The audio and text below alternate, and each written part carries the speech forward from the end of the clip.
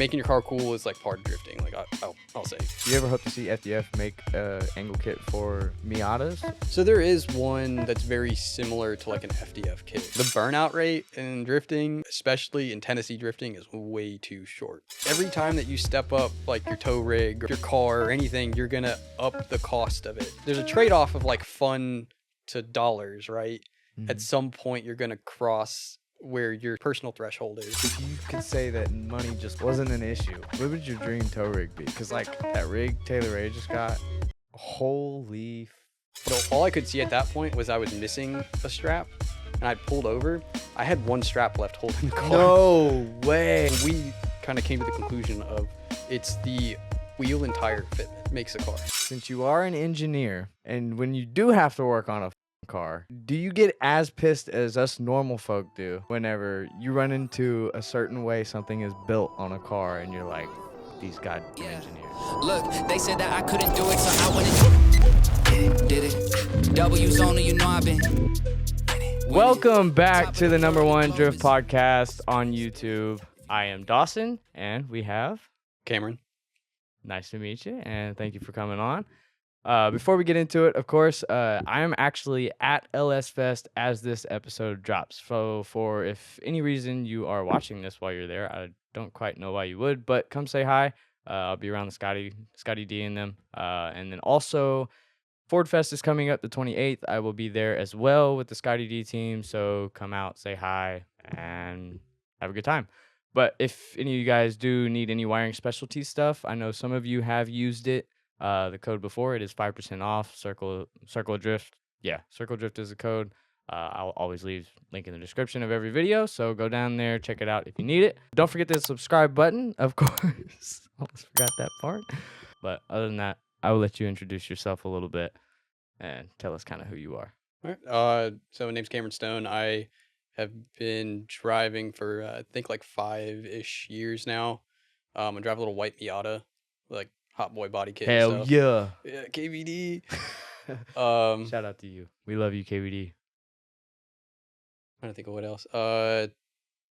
Yeah, I just drive in Tennessee, as many of the Tennessee events as I can, and then I've been trying to venture out to some more other events. So I've been driving a lot of like drift indie events, and stuff like that.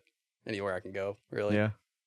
Yeah, we were actually just talking a little bit before the podcast about how kind of entrepreneurship and stuff like that, and taking different paths, and you're really dedicated to just wanting to go out and have fun drifting. Yeah, so that's tell all me, I want to do. tell more or less them, because you just told me, but your reasoning behind that. Yeah, I guess I'd take a whole different viewpoint of all this stuff than you do on this, but yeah, I've went down the whole path of like separating. I guess that's the best way we described it, separating your work and like I guess hobby, right? That way, you know, you get the I don't know. I wouldn't call it the best of both worlds, because like best of both worlds is obviously like, you know, getting paid to do what you love. But being able to drift and make the money without having any stress, that would be ideal, but that's kind of impossible. Yeah, but there's always trade-offs with everything, right? So you either like do what, you know, do something that like you don't hate to do, but or like in my opinion, I actually enjoy my work. Yeah. It's just not at all car related. Yeah. And then, you know, get paid decently to do it. It's like I know, I work like a salary job basically. So that way I could do what I need to do, take off whatever days I need to. I always have the weekends off. Every drift event is always on the weekend. So if you kind of, you're messing up if you're working weekends in the drifting community, it seems. Yeah. So, I was there for a little while, and let me tell you, I fucking hated it. Don't ever do that. Yeah, it stinks. It always stinks. It's like, oh yeah, I want to go to an event or work. Yeah, you're inherently spending all your money to go to the drift event. You might as well not lose your income while spending it. That's like double dip in there. Everything's twice as expensive at that point. I agree. No, I always thought that was kind of important, because you can take multiple paths, and it's totally dependent on what your goal is. For me, I know you said you kind of just want to keep it separate. That way you can purely enjoy drifting. And for me, I want it to just be like my life. Like that's all I fucking do every day. But I'm totally cool with the stress that comes along with it, because it's a fuck ton. And Yeah. you've heard of people, your friends and stuff you're talking about. Yeah, I mean, I hear it all the time with people that are like, I have a lot of friends from back in the day that like honestly make decent money doing like working at dealerships and stuff, and like everybody's got their viewpoint of working at dealerships, like Got my flat rate own. I stuff. did it. But yeah, but at the end of the day, like if you need to work on your own car and you've just like whether or not you've made enough money or whatever doing it at work, you probably don't want to come home and work on it. Yeah, hell, even I have the same thing. So I work like a desk job. Like recently, I've been like working from home quite a bit, and so when I get off of work, I am amped to go outside Yeah, and yeah. go do something. Like let me go out in the heat and like crawl under my car, or, like piddle with something. I hate working on my car, but like I like tinkering. Yeah. Slight difference between tinkering and working on your car, but I'm real happy to go tinker with it. But I mean, days that I'll go in for like engineering builds and stuff, like yeah, after like actually doing like physical labor all day, I get home and I'm just kind of, I want to sit on the couch and I don't want to do anything. Not even that. Like that's the trade-off, man. It's crazy because I don't even do any real physical labor like I used to. I'm sitting behind a computer editing car videos all day. So the last thing I want to really do is go out and mess with my car. But I also like I'm building other shit too besides car stuff. So like you really have to just absorb the trade-off. And I like to point that out because a lot of people see influencers and stuff. They just have the golden life and they're getting to do all this car stuff and everything's happy-go-lucky. Fuck no.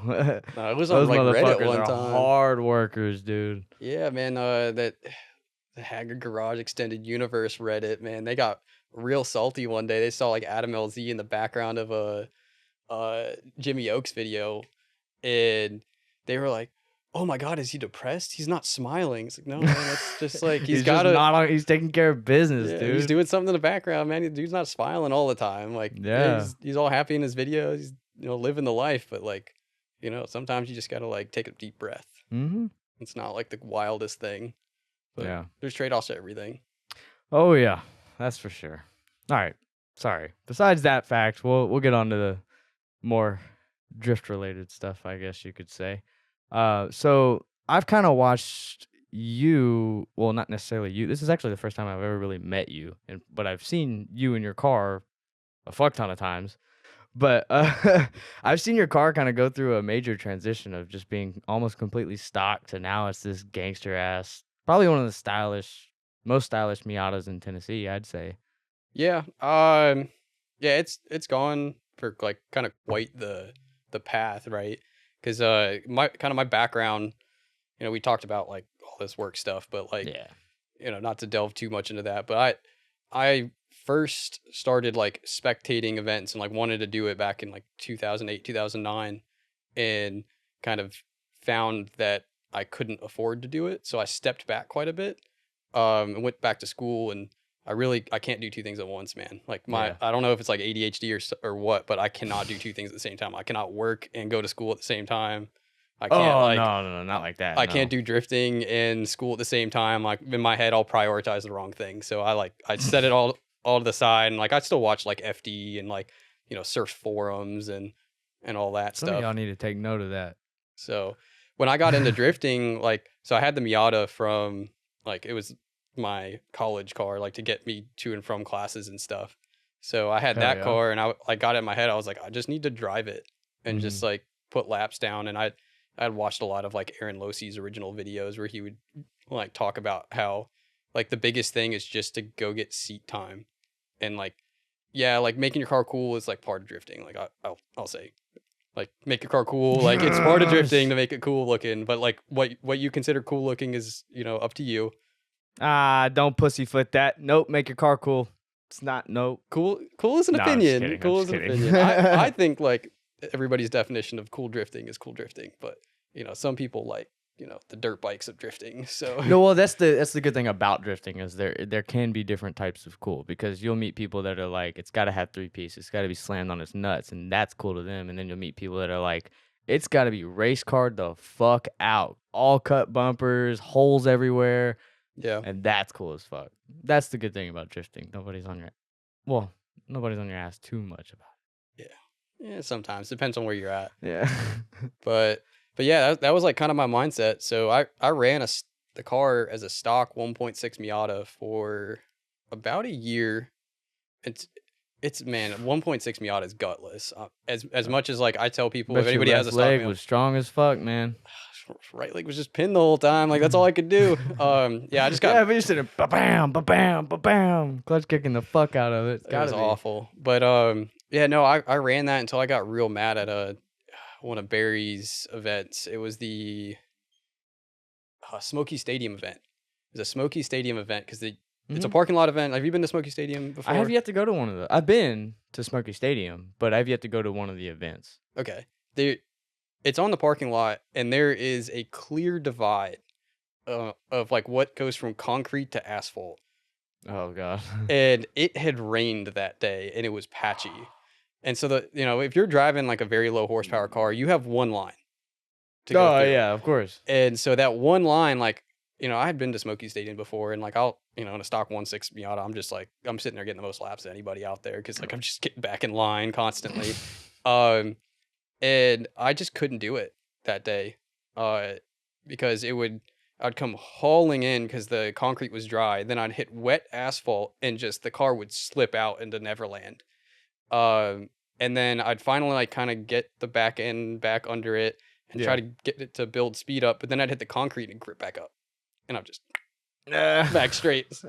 I was so mad that I went. So at the time I was building a 1.8 and I was going to put a 1.8 naturally aspirated into it as like step stoning it into like turbo setups, and because that's like one of the big things that kills people when they're trying to like do swaps and stuff is like they try to do too much at once, and then when something goes wrong they're like not sure what broke. So I was like, okay, well I'm gonna go do a 1.6 to 1.8 swap, which is in the Miata industry is like very simple. Yeah.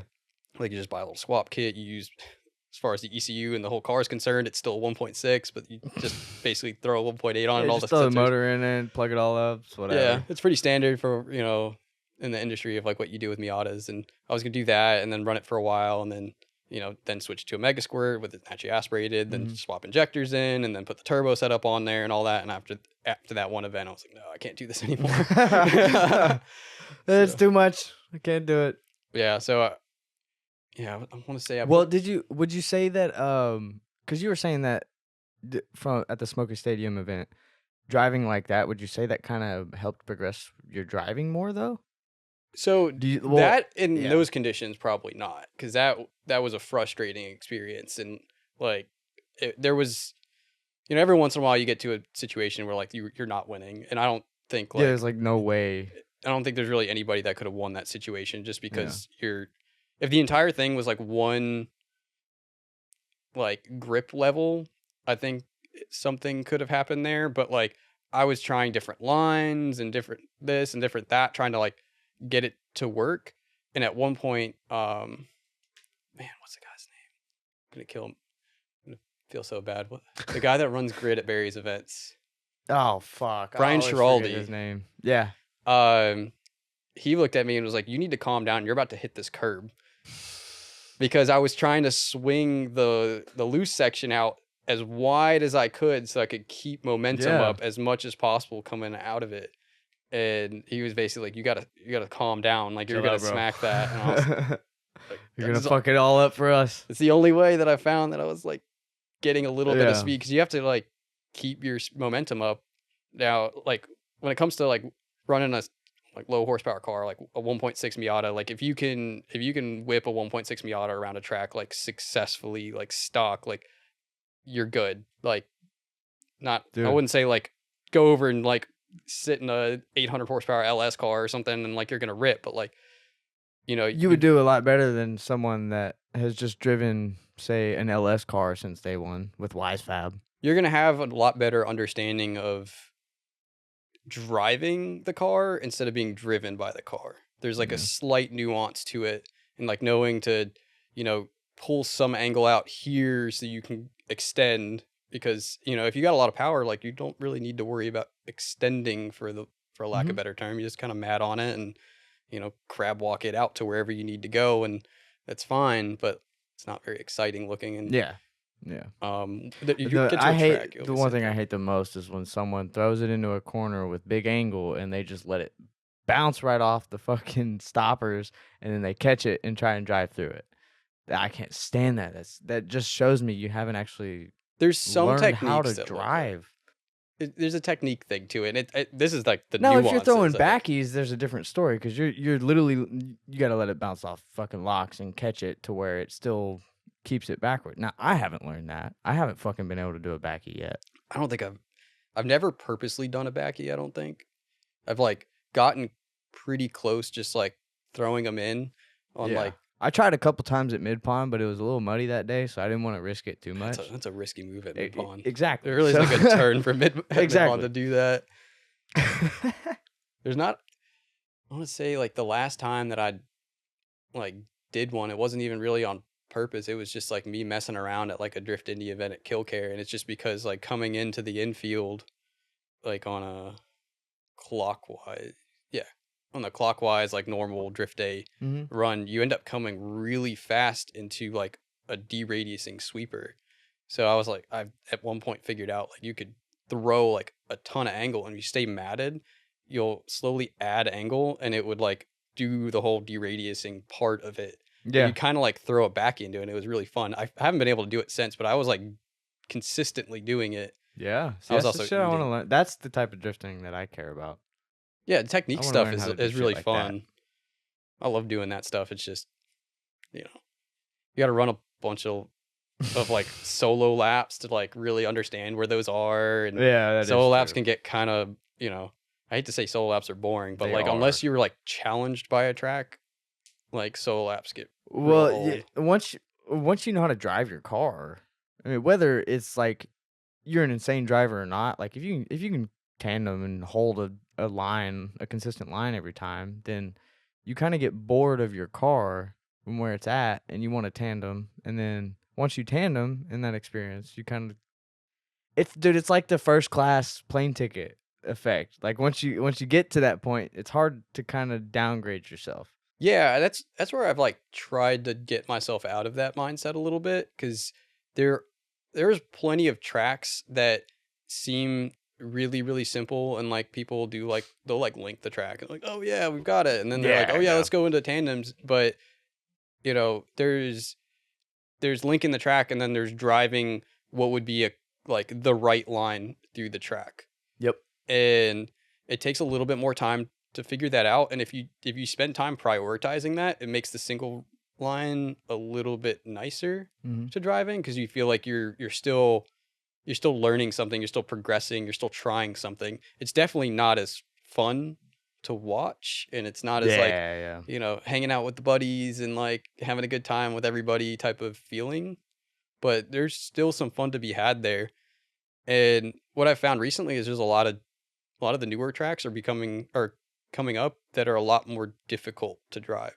Mhm. So I feel like a lot of the tracks that were getting really popular started getting like a lot of easy tracks. Like Clarksville to me is like the easiest track of all. And I'll tell anybody, if Drive you with want your to learn fucking how eyes to closed. if you want to learn how to drive, come to a Clarksville event. Like hopefully it's not too far from you, but because they're always on Sundays, bad day to have a drift event. But like, if you come out to a Clarksville event, it'd be the best event to like learn how to drive at. It's really is a simple. really good Everything's like place to learn. constant radius.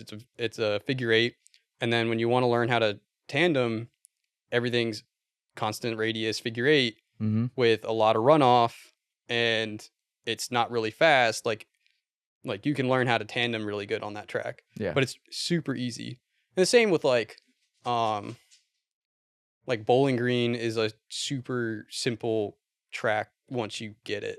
Once you realize you LS never Fest- run the wall. The LS Fest layout? Yeah, LSS Yeah. layout is super fun, but it is really relatively easy as long as you don't try to ride the wall. Because secret, the If wall you is do not a fucking constant commit radius. to it, yeah, it's not a perfect It's like an egg curve shape. because of the entrance is on that side. So the wall kind of curves in a little bit early. So you have to watch out for that. You'll really fuck yourself. Yeah, there's a lot of people that have eaten that wall, and it's not a constant radius Yeah. like U shape. So if you ride the wall, you got to know to like throw more angle at it at the right very area. end, yeah. So I It's generally like like the last, I would say, third of yeah, the entire sweeper. I would say the last half of it is like that. Damn. Because well, in Well, I reality, guess that is it's kind not of even like true. the Yeah. full width of it, right? Because Yeah. it It has that stops entrance about thing. 25 feet short, 25, 30 feet. Yeah, so I always like I'll throw it up at the wall, but then let the car dive down a bit and then run like a midline. Yeah. The way I found was fairly good to get up closer to the wall, which I never like. I've hit that wall numerous times. So I would be a little cautious when doing it. But coming down to the more inside of the run up and then flicking it out towards the wall, that way you get a little bit momentum towards it and it kind of carries you out through that initial entrance to the sweeper. Yeah, if you can throw it and then let the car like swing out, and then once you get on throttle, it'll kind of start to pull you down in the right way. Mhm. You'll run the wall about perfect. Yeah. But it's pretty risky. Make your butt pucker. Yeah, but other than that, it's a very simple track. But like a lot of the newer ones that have come out recently have been like, you don't really want to run Ballsy. tandems. Like the new Polecat, y'all, it's coming up soon. It's gonna be a crazy Yeah. event. Polecat was like one of those ones where I didn't run a tandem run the entire time, and I honestly wasn't ready after 2 days of Really? driving to Wow. like. I probably could have, but it would have been like two people on the same track together. Maybe the first half. The That's first fair. half, I would have, I could probably get with somebody, and if they were running the right line, but you could easily run the first half and just run the middle line, and that would be awful to try to follow. But if somebody was running that one, kind of sweeping around, like I could have done that one. But the back half, like it's so fast. The uphill is so long and so fast that like my car was just topped out, and like I was trying to give it the beans, like everything it had to try to make that work, and it was rough. Oh, And I'm it was, sure. but I mean that's to me that's fun though. It's like that's the other side, like tandeming and like getting on doors and like having fun with your friends is really fun. But like sometimes you just got to like look at it the other way and say like let's go drive some technical tracks and see what like the I love single technical line of stuff is. That's my jam is technical stuff. That's why I like mid pond so much. Because the vibe's perfect and the track is really technical. Yeah, mid pond just it destroys cars Dude, yeah. It- No argument there. in the lightest way possible. Like I for the longest time didn't have like a clean event there. Like I would kept breaking my car. Like so the first time No I went, way. I couldn't keep the car from overheating. I could do 3/4 of a lap before my car would overheat. This is with the turbo setup, so it's not like a stock Miata was overheating there. Yeah, But and honestly, you're gonna probably struggle with like relatively stock Miata there unless you have like 100 psi in the rear of like some 185s or something. that the big sweeper, even that's a little rough in a Z. Yeah, in my car, I'm like sitting on limiter like the entire time, just extending that one. Oh yeah, you're like barely have any angle, riding the very edge of that sweeper, and then at the last second just trying to chuck it, and hopefully you stay on track. It's like, yeah, there's a lot of that car's a lot of like on throttle, like dig out, and then throw a lot of ankle for a second to slow down, and then on throttle dig out. So yeah, super low horsepower cars are kind of hard to do, and my biggest issue is that like you're on throttle for so much of the lap. And you're like trying to dig out for so much of the lap that it's just bakes your car. So yeah, my first time there was I could make it 3/4 of the way around the track before my car would hit 220. And I'd be like, oh, I was so pissed. Then the second time I went there, it's in the mud because it's Alabama. And every time I seem to go there, it's right after it rained. per usual, yeah. Yeah, so I dropped like one tire into the grass, and it started to like pull me out on the sweeper that goes around the lake or the little pond. Yeah. Right. And so at that point I was like, well, I'm not going to dig through their mud. Mistake. Because I'm usually like try to be nice to people's grass. So I was like, okay, I'll let out and I'll just drive through the corner and then get back on. No, there's a ditch there. So I ended up punching. So I've got my intake air temp tapped into my intercooler behind, like between the intercooler and the radiator. So Yeah. it shoved my intercooler into my radiator and popped a hole in the radiator Fuck, dude. at like 11 a.m. or something. We had just started driving. Oh man. Rip. I understand. We're trying to respect the grass. I do too, but there's a fine line you gotta kind of play with the throttle a little bit once you hit the grass, because We just have so I many kinda just issues barely in tap Tennessee it. with it. We always get in trouble with it in Tennessee. Yeah, I Like, don't- NSS is always getting dug up. well, that's because they're just so fucking weird about their grass on the infield. Yeah, but I mean, I may be in the wrong opinion here, but if they We they- probably all are, yeah. they ask us to stay off the grass, and then what do people do? They do like a burnout through the grass after the finish. You're Yeah. like, Yeah. I That's mean- excessive. Now, like, if you drop both rear tires off in the grass and you're just trying to, like, you don't want to just stay stomping it and completely destroy the gas, but you don't want to further the damage as well. So you kind of have to throttle it a little bit to where it just kind of gives you a tiny bit of grip to pull you back into the road rather than just keep falling out into the grass. yeah, and I mean, I'm not saying like dropping a tire is like the greatest sin of all time, Well, but no, of like course not. I'm always trying to not be the guy that just digs Yeah. all that out. So Oh, people go all the way off, and then they'll get pissed that they went off, and then just fucking stomp it all until they get back to the concrete. It's like, what the fuck? at Oh, NSS, there's that like goddamn giant motherfucker. gravel pit. So if you do that, you just like get Oh all the yeah, rocks you get a and rock stuff all shower over in the fans, bro. But they like put it all over the track when you do it. That was the last That NSS too, event was like yeah. similar to that, where it like kind of rained, and at one point everybody had cut the inside so much that there was just my car looked Yeah. so nasty. And there's like some of the like drone footage came out and stuff, and it, man, just I'm gonna be very PC about this and not describe what it looked like, but it looked pretty bad. The entire Beep. backside of my car was brown. Ugh. And I did not go off that entire day. I may have like dropped a Damn. tire that day, but it was just the track got so nasty that Mm. it's a white car. That's it, the one it thing that shows nasty sucks about stuff. fucking rain drifting and shit. Anyways, damn, where were we, dude? Oh, and We sorry, don't even I'm- really have to go by all of this either. It's just kind of there in sorry. case we. I'll go down a rabbit hole. Oh no, rabbit holes are great. I'm cool with rabbit holes as long as it's about like cars and stuff. That's fine. But Yeah, I think we honestly didn't get past the first one. We I don't were think we did either. Nostalgia, we kind of covered that. yeah. Oh, okay. Hold on. I was getting to a point there that I wanted to get back to. For was- clarification, we lost where we were for a second, so Yeah. we were trying to figure it out. So we were talking about going from stock to like kind of a cool car or whatever. Yeah. And that the point that I was going to before I went down the wild What rabbit was that, hole. 25 minutes ago, probably. Yeah. I waited like 4 years, I was like 3.5 years, I think, before I put much thought into the style aspect of the car, other than make it low, because low is cool, right? Mm-hmm. And Destroyer Die drop knuckles inherently make your car way too low. If you any of the Miata guys, just be prepared. If you put a Destroyer Die drop knuckle on your car, go talk to BC and get longer shocks. 'Cause Oh, really? they are so much of a drop that my wheel was inside of the fender. I was dang near tucking 15s with Holy a standard shit. BC setup. I don't know what happened, like where the kind of measurement stuff messed up, but I had to get extended front arms.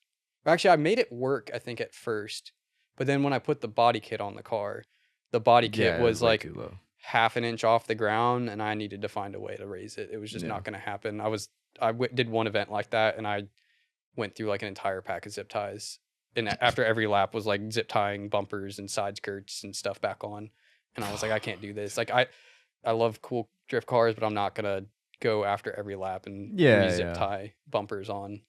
So but- how you had? It was just the shock you had to, just a longer shock. Yeah, you just get along. They had me buy a longer Shout out shock to and a BC, longer by the way. spring. Yeah, if you don't even have to call them. You can like just send them like a thing on their like live chat thing, and they kind of know what to do there. You just kind of tell them that you have like a Oh 40 yeah, mil. they'll hand you off to whoever you need to go Yeah. to. Or if you want to, BC is fucking phenomenal with customer service. yeah. And then the ones that I got, I think were a hair too long because right now mine are bottomed out like as low as they can go, and it's a little bit higher than I So would did they have prefer. to like custom make it, or is it something that they just had on the shelf that they No, could it's send out to you? just off the shelf because all their stuff is like Shit. generic shocks, right? I guess what makes their BC is like kind of how they valve it or whatever. But Mhm. like all that stuff is just, you can actually, if you figure out their part number scheme, you can go on their website and figure it out yourself. If you want to do that, if you really just don't want to go and talk to them. So I spent a while trying to You're do that that at much of a first. psychopath. Yeah. So, because I went through there to try to like figure it out myself to try to like get the exact size shock that I needed. But they know what you're asking for. They've done it for so many people now. Yeah. To get a longer shock in there. It's literally their job. That's what they do all day. So just hit them up. Whatever questions you have, they got you covered. I promise. Yeah, BC's have been pretty good. I mean, those ones I had on the car, I put like, the rears are the same ones that I had when I first put the car on coilovers. So they have like probably 50 or 60,000 miles on them. Damn. Hell The front ones, obviously, I changed when I put the body kit on. But, all right, sorry, down on another tangent. I'm going to pull it back real quick. So I waited till I thought I was done crashing my car and learning what I needed to do with like a stock car with like the only thing that was like stylish in my mind was like it had some wheels on it that I thought looked cool, but were actually like kind of cheap reps. And the car was low, but other than that, like I didn't really put any like mindset in the style of it. But once I got to a point where I was like, I think I can figure this out. I've been like able to like not spin. I could go entire events without spinning my car, and like, you know, I could trust like the people around me. That's when I finally was like, okay, I'm gonna put a body kit and stuff on my car. And I went over and shout out to Cody, painted my car. Oh, he's gonna be mad about that because now more people are gonna ask him to paint this. Oh, he may be able to paint cars. Oh, don't put that in there. No, you want to come paint mine? Yeah. No, he's always complaining about people wanting to paint cars. No, I want to do my own. I had someone paint mine last time, but I want to do it this time. I was gonna try to paint it myself, but he paints cars, and he was like, "Oh yeah, I'll do it. We'll just need to find a paint booth and stuff to do it in." Yeah. And we like went down the rabbit hole of getting all that done. And I was like, "Well, if he's gonna offer to do it, like I guess I'm not gonna." Because otherwise, if I'm going to do old-fashioned sin, bud, go for it. Yeah, I was going to go buy like a compressor and like build a booth thing in my garage, and that's what I'm going to do. You know, like I was going to do all that, and he was like, I honestly can't let you do that. You know, because it's somebody in the industry. You know. No, I don't blame him. He's trying to keep his reputation in check, not downgrade. He killed it. It looked great. So, I mean, I just rounded the car off in a year after that. I thought I was done crashing. So that was the trick. I thought I was like, oh man, I'm done crashing the car. Like, dude, every time you paint your car, you're gonna crash it. It was, almost, if it's not the first event after, it's the next one coming. It's one of the first two. It's got to be the first event. After that was an NSS event, and I tore the front and the rear bumper off the car. And dragged them around the track. Scuffed all that up. I remember right before that event, I was so mad because I tried to load it onto the trailer with the front bumper on, and I scratched the front bumper. I was like, oh man, I can't have nice things. And so I got that all, was mad about that. Then I drug the car or bumpers all around. Then the next event, I think it was the next event was a Clarksville event. And then poor Colby ran out of gas in front of me. And so his car straightened up, took my fender out, and damn. Always make sure you got gas. Yeah, he didn't mean to do it, but it's a joke now. I always tell him to put gas in his car. Yeah, no, yeah, be a good sport about it, but that does suck. So, but yeah, I mean that car, I had it in a paint booth the next August. Like I didn't even, it lasted a year and a month before it was back in a paint booth. Damn, because I had both the front fenders were crushed, both the doors were crushed, both the quarters were crushed. Yeah, son. I was like, man, can't have nice Looks things. good in pictures, though. Yeah, it looks good for 20 feet. No, it started to look rough in pictures. You saw my bacon fenders out there. Them things are crusty. But I got new ones. We got new ones. They're sitting on the shelf. But now I'm gonna have to buy overs and shit anyways because of FDF. Actually, what angle kit do you run? Did you say Destroy or Die. destroyed? Okay, how do you like that kit? It's good. I mean, it works.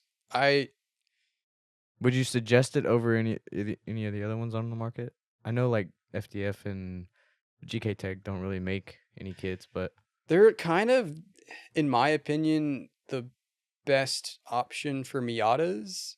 So, Really? yeah, I'm going to go down a rabbit hole here for a second. I don't trust a lot of people's cut knuckles because kind of the engineering mindset of mine is like, how much thought process did they go into with a cut knuckle? And no offense, it could drive the well. downfalls of being an engineer. Like they could be doing a great job with cut knuckles, but like at the end of the day, it's a lot of them are whatever somebody put together and then it worked, and so they made a jig off of it. And so who knows? Yeah. Like, a lot of Miata knuckles, cut knuckles, I can see. Like, unfortunately, I've had a Miata for like 10 plus years now. I think. Yeah, it's coming up on 10 years. I can kind of tell when you look at a cut knuckle of like where the tie rod pickup point is, of like how much angle it is, and they just slam that thing. It's like when people have coilovers, first thing you do when you put coilovers on a car is you slam the thing down to see how low it goes, right? Yeah. That's what it seems like a lot of these like cut knuckles look like. Not all of them, but like some of them. And you're like, yeah, you're gonna have like 60 degrees of angle, but you're also gonna hit everything because it's just a knuckle. So it's not like somebody giving you like an extended lower or anything with it, like stock upper arms. Like there is no upper arm that really gives you a whole lot of clearance. Yeah. Like even the Destroy or Die upper arm isn't that wild until you go into like what's that company called? Make a yellow one. Oh man. See, James Tucker, he makes his, I can't remember if that's like a lower control arm or what, but he makes his own. And it's to where it's adjustable, so he gets like a lot more. Oh, he did that on his reach or upper some arm. shit. Was it the upper? It was a rear upper because he did like this Heim joint upper arm. That's what like he did a fucking good ass job. Yeah, with what he did, but those ones are cool. I like how Destroy or Die did it this way, and then I kind of designed something for Tiller to make. So if you ever need like adjustable uppers, go contact Tiller. hell yeah. But he it's just like a weld-on thing for a stock knuckle, so you can put an eccentric on it. And so eccentrics are really easy to adjust on the fly, right? If you're like, oh yeah, I need a little more rear camber, a little less, you just 17, move it over. Whereas like the what do you call them? Kind of the way that James did it. You kind of have to take it off inherently to like take the upper arm off and adjust it and then put it back down. You get a lot more adjustability with that one. Yeah. But like as far as like fast adjustments, because I figured if I wasn't gonna be able to adjust it on the fly, I'm never gonna adjust it. Yeah, that is. I do agree with that, and then I think with having the FDF kit that I have, I can do all of that on the fly now, which is going to be amazing. I wasn't able to with the GK Tech stuff, and there was always scenarios at the track where like I wanted to make the most minor adjustment, but I'm like, but if I unbolt this one bolt, it's going to throw everything off. See, I have the exact opposite viewpoint. I don't want the adjustability. Really? Nope. Because if I adjust it, I'm gonna make it wrong or something, or I'm gonna adjust it and do something weird with it. I totally understand that. So like, you have like all the Heim joints and stuff on the front. If those aren't equal, then all of a sudden your arms are just like, kind of going everywhere. They're no longer centered to each other if you don't have it correct. And like I always play the game of like I would rather. Now, keep in mind, my car has like been fairly consistent for quite a few years now. So like I'm never going out and like, the front end's just like nowhere, right? But like I've had situations where I'm like, I think I have a little bit of toe that has like drifted out for some reason on one side, or like maybe caster feels like, when I'm transitioning or something feels weird in one side. But like if it's not to the point where I'm like, I have no idea what the car is doing, I'm going to leave it and I'll wait till after the event when I get home and I'm going to mess with it then. See, okay. I do see that because I have been in scenarios where I'm like, fuck it, I'm just gonna drive. I don't give a shit what's, because with the GK Tech, with those little joints, they would never stay straight. I would always have to go under the car after every time of going out, straighten those motherfuckers out, make sure they're tight and all. And dude, it got so annoying. So I would get to the point where I'm like, if it's wrong, it's wrong. I'm still gonna drive. Yeah, as long as it's not doing something weird and your car's like doing something wild, like Yeah, kind of leave it alone. You I would just never feel any binding or anything, but those joints would just fucking move like do whatever the hell they wanted to. it's also like a street car thing. I always wanted to keep the car a street car. And Heim joints are just not they're not designed for Mm-hmm. kind of street car stuff, like getting constant dirt and Yeah. slush and Road stuff all grime. over them, road grime, like nastiness stuff over them. And it also just, I mean, I say this, but then I put Heim joints on my 240, and I've been daily driving that one. I haven't really noticed a difference. You can get those little boots, man. But- Cover them up. That'll be fine. That's actually why I bought the GK Tech ones. They had the little boots. I was like, oh man, this is sick. At least I'll put a that's Heim joint. I'll awesome. have a little boot. I spent like twice the money over like an ISR You know what I did with for the mine? boots. I took them and I walked over to the dumpster and I said, bloop. No, those are great. I probably should have kept them just so I could give them on with the kit. But anyways. But yeah, they I don't know. That's kind of been my mindset on the car. It's like make it simple and like as long as you get the car set up right the first time, and Mhm. that goes back to like the don't change too much stuff at one time situation. Like if you 'Cause then you don't know what issues you're fixing. yeah, you don't know like what's going on. Like you could be getting in your car and like, if you don't know, like even if you know better, right? You're like, oh, Mhm. the car shouldn't be driving this way. Is like, okay, is the car driving this way because of like you changed X, Y, or Z? You Yeah. know, and is it a minutia adjustment of one of those, Mhm. or did something else go wrong, or is it just supposed to drive like that? Yeah. Every once in a while you get to cars where you're just like, man, I think it just drives like that. Yeah. Like if I would say like if you're wanting more grip out of the rear or something, that's your main problem. You want to figure that out, and then you go and buy whole new set of coilovers, whole new set of rear arms, whole new set of fucking subframe bushings, and then you're like, it's fixed, but what fixed the fucking what actually fixed it? Yeah, you did, but you didn't learn anything at the same time. I like to learn shit, so if there's a problem, I want to know what fucking fixes it. That way, I can look out for it in the future. Or what more likely a situation happens, you do all that stuff and then there's a clunk in the rear. Oh yeah, Like, what I've heard that one a lot. What broke then? And you're like, I don't know, man. I literally touched every single bolt on the rear end. It could be just normal because diffs make weird noises. So as soon as you like hard mount a diff, like Dude, that's gonna be a reel. That's fucking hilarious. you never know. And so that's what you change one thing at a time. That sums up the life of a car guy. Save your money. Just change one thing. Yeah. And then go to another event and see what it feels like. If it makes it any better. At the end of the day, you don't need to win a fun event anyway. So just go have fun. Yeah. You don't need to win. I think that's in any industry, well, no matter what you're doing. Fix one little thing at a time. Yeah. So you actually can keep your ass on track.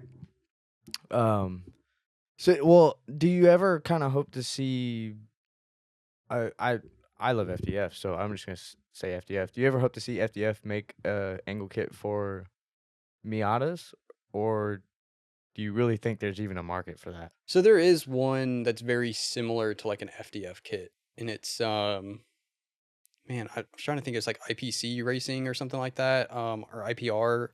Could be IRP? IRP. I think Yeah, Could I think be. it's IRP. I'm blanking. Let us on know the in the spot. comments if we're wrong, and It's give yellow. us your best joke on how we're wrong. They make a kit like that, but it does the same thing that I kind of don't care for with a lot of angle kits. That Mhm. like FDF does the same thing. They put the wheels out so wide that you can't stick the wheels under the fenders anymore. And I'm It not is a big little fan of wide better bodies. now with as far as the Z goes, the newest version of the kit, you can get the wheels in a lot more. So there's like maybe an inch of poke, inch and a half, but with better offset wheels. Yeah. I don't know. I do understand that because I'm a big stock body guy. I love stock fenders. So I want to be able to run the stock fenders too. Yeah, that's what I don't care for, like, wide bodies on a lot of cars. Like, sometimes wide bodies just don't look right. Sometimes they just look like they're just Yeah, they don't bolting some complement random the car. nonsense onto the side of cars. Some look good. There are some. But also at the same time, like, in the same breath of, like, all stock body cars, like, it kind of only works if there's, like, the other side of, like, wide body cars. Mhm. When every car is wide body, it doesn't look Yeah. great. That's the BRZs and FRSs. That's a big one for me because so many people have tried to do or wanted to do the wide body, and majority of the time it's the Rocket Bunny kit, which is another reason why I fucking hate Rocket Bunny kits. Sorry. They looked really Not good really when they sorry. came out. Yeah, when they came out, and then they started carrying on that stupid little fucking LED strip light, the little, you know what I'm talking about on the front bumpers, how it's got the little dot lights on both sides of the car on almost every single kit they make. You know what I'm talking about. I'd have to look Underneath the back head, at dude, doesn't matter what fucking car it is. I swear to God. Well, there's minus a couple, but every single one of their front bumpers, underneath the headlight, there's like a strip of 5 little dot lights that you can. Normally, people don't put the lights there; they just leave it empty. I'll have to look at that because I don't Dude, think I've ever noticed it. Oh my God, it shit pisses me off just thinking about it. I hate Rocket Bunny kits. I don't know why. I just don't like that the majority of them look like a fender bolted onto a car. You know what I mean? If the wide body kit, like, The 32 almost kit flows with the car in some way, like, it doesn't need to be. Yeah. Like, I'm not saying, like, oh, you can't have rivets or, like, the riv nut, like, kind of look. It works in That's never really some bothered me. ways, and I'm not a big fan of it. But there's a lot of cars that have that, but the wide body fender does still look like somebody put a fender for that car on it. Mhm. They didn't say, okay, I took a trailer fender and I bolted it on the car, and that's kind of what it looks like. There's like one Miata kit that looks like that. Thankfully, nobody runs it. Hey, But- don't hate on it. James Tucker does that shit and it looks fire. Oh, No, not his he car, uses but sheet metal. He doesn't use trailer fenders, but his old ones, I think, were trailer fenders. they may have. They may have been. Love I you, don't know. James. He's an Sorry. insane fabricator. We love you, James. We love you. Yeah. I'll throw a picture of his car up just so y'all can see it. He's too fucking busy all the time to come. Yeah, I wish he would drive more, man. Me, him, and Jared used to drive like every event together for a while there, and we were jamming, we were doing it. Dude, it seems like everyone from that time is just kind of withered away a little bit from drifting, where they still are in the scene, but like they don't really drift as much. Yeah, a lot of, I don't know, like I was saying earlier, the burnout rate in drifting, especially in Tennessee drifting, is way too short. Yeah. It's way too short. We got to focus on that. Like, Yeah. if we want to build the scene up better, we got to focus on the burnout rate and like fix that. Yeah. Keep drifting fun, damn it. Yeah. Well, I think a lot of that is the economy based situation. And the people that I know that have gotten out of it, it's not necessarily economy stuff.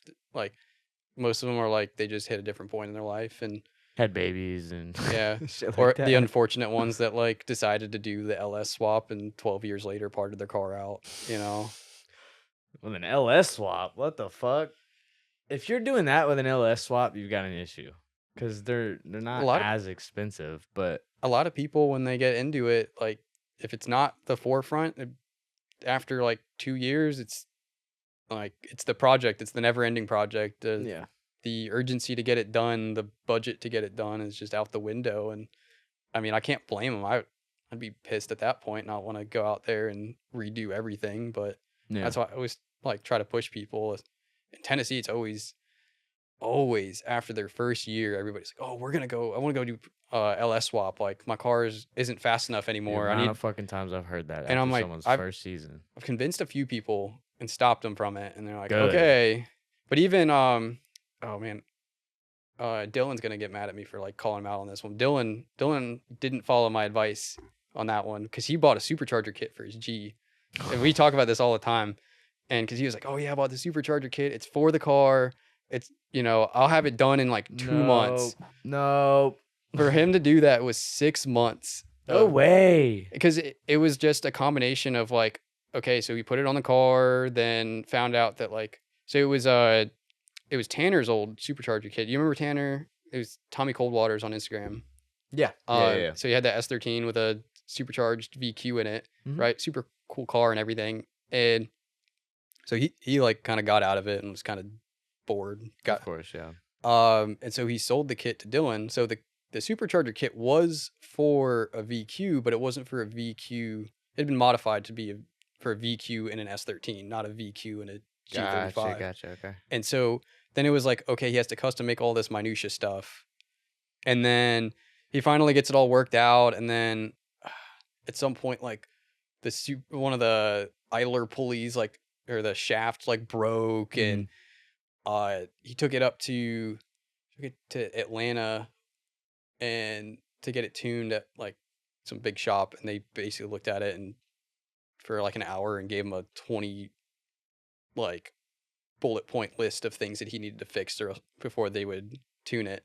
Oh no! And so he had to fuck, man! tow it all the way home, and then fix all that stuff, and then get back on their list. And that's the stuff that when everybody's like, oh yeah, I'm gonna do my swap, do this, and do this like wild amount of work in like 3 months. You're like, it's not the big things. It's not the I'm gonna bolt the engine into the car thing that's gonna slow you down. It's the oh wait, I gotta redo my fuel system. What does my fuel system look like? Yeah. Am I gonna go down the rabbit hole of like a lot of people go you to death? Yeah, they're like, oh yeah, we're gonna, instead of being like, okay, well I could just throw a big pump in the stock tank. Half the people are like, well, I'm just gonna put a fuel cell in there, and like, well, if I'm gonna put a fuel cell in there, then I gotta do this and do this and do this, and next thing you know, you're nickel and dime to death, fucking and neck and shit. 6 months later, you're like, well, I have a shell. Hey. So I had to sell the drivetrain, and I'm stuck with a shell. Now what? Yeah, unfortunately, that's down 10 grand. That happens way too often. I feel like in Tennessee, and then at that point, if you're 6 months into it, and you're like, oh well, I don't even think it's just a Tennessee thing. I think most people around the country get caught up in that first season euphoria almost, where they're like, fuck, I need that next step. I don't want to wait all year to get back into drifting. I want something to preoccupy me. Why not add some more power while I'm at it? So, I mean, I call out Tennessee on it just because I've seen how well they've done it in the Midwest. Because I mean, the Midwest, everybody complains all the time of, is he gonna take that? Okay, All right, we're in the clear. I thought she was about to knock the tripod down. Yeah, but in the Midwest, they do a really good job of, everybody kind of hates on the whole like focus on style thing. But what it does is the new people look at the cars as like kind of I'm trying to think of how to describe this. Like the focus is on having a cool car more than it is having like a powerful car or like a fast car, because a lot of their top drivers drive relatively stock setup cars with just like cool body kits, cool wheels and stuff. And see, the big thing there is that you're never going to get nickel to dime to death by buying cool wheels. You may get kind of nickel and dime to death by doing like a body kit and paint and all that stuff, because that all adds up. Yeah. But it's not the same as saying, oh, I think my next step is like an engine swap. Because an engine is a complex system. Yeah, the important thing is none of that stuff's going to stop you from being able to drive, technically. Yeah, like if you rip your car apart in order to get it painted, and you're like, well, I just really want to drive the car, start the car up, go drive it with no bumpers on it. Like, please don't do that. I'd prefer if everybody kept their bumpers on. Like, it's not that hard to put a bumper on your car in order to go drive. But like, that's not going to stop you from going to an event. So then once you're like 2 years into drifting, like 2 to 3 years into drifting, that's when you get like your mindset of like where you want to go, and you have like a bigger support system within the community to help you and to understand like what needs to be done, what options are available, what other people do. So if you do want to go down the road and you've got the money, you've got the resources at that point to do like a swap or something, you're not alone doing it. You've seen what other people do on it, so you're not like, oh, how do I brace a fuel cell? It's like, okay, well, you've seen how 5 other people do it. You've got friends in the community you can ask how they did it, whatever. So you have more resources and, hopefully more money. So is your argument that like more style oriented scene helps kind of bring in that newer audience?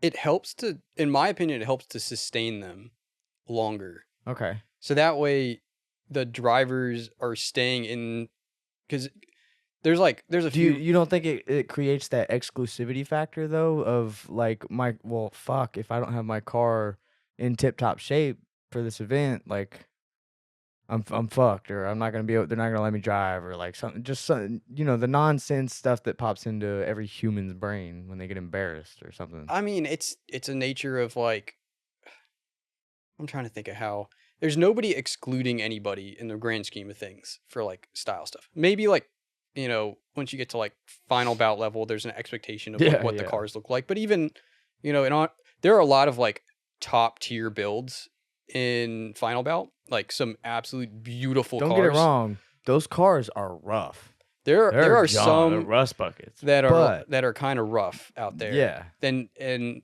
final bout isn't that far outside of the realm of possibility. You're not like, it's probably easier to get you and a group of friends together driving, put some time and effort into your cars, and to get yourself into a final bout than it would be to say try to get you and your friends to get your team together to get an FD license to make it up to FD. ProAm. Just ProAm.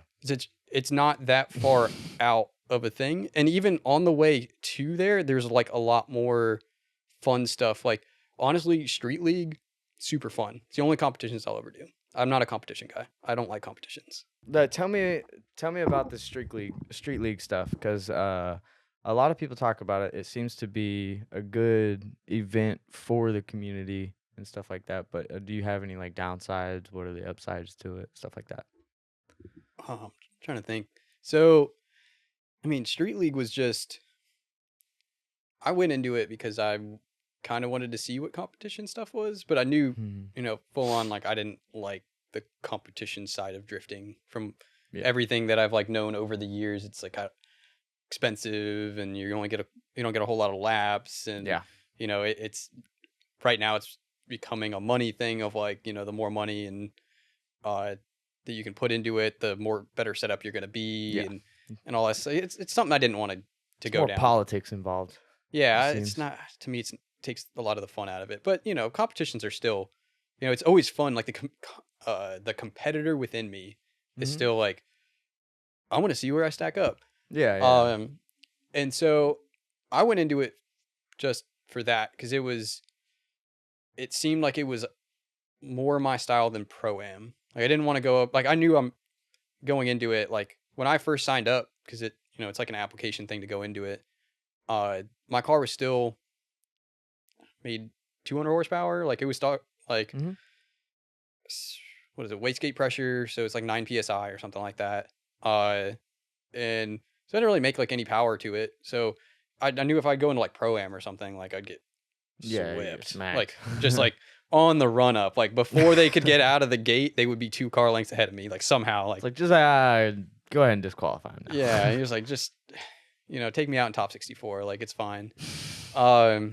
So I didn't want to go do all that. But Street League seemed closer to what I'd be like more interested in doing. Like it's, street cars, like, lowers, coolers, probably better. Like everybody's got to have like the majority of their interior together. So like everything from the front seats forward, basically everything's got to be there for the most part, pending like, if you got a cage or something, you got to cut out stuff for the cage. It's fine. Of course, but, like, little stuff like that. But I was like, that's up my mindset. No cut up cars. That was like a big thing. Cause I was like, if there's no cut up cars, I'm not going to get swept too bad. Yeah.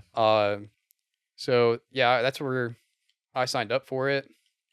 Do you think you enjoy that aspect of competing better because there's like less pressure?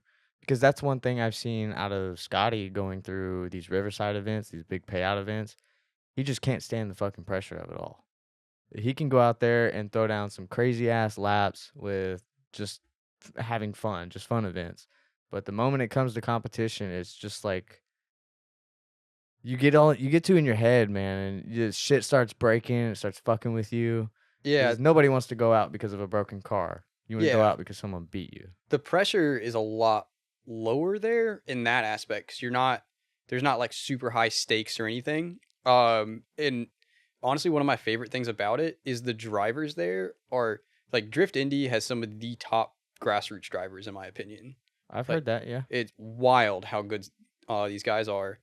And for a while, for last year, uh, you just had to apply in to get into mains. You're supposed to do lights, and then Okay. lights was like a top 32 competition, like single run competition, and you like the top ones of lights would feed into mains if mains didn't have a full 32, because they basically only Gotcha, gave okay. 32 spots available for people to sign up. So if like 3 people didn't show up, those 3 people from get carried in. Yeah. yeah, and then once you're in mains, you could drive mains like for the rest of the season or whatever. Oh, sick. Okay.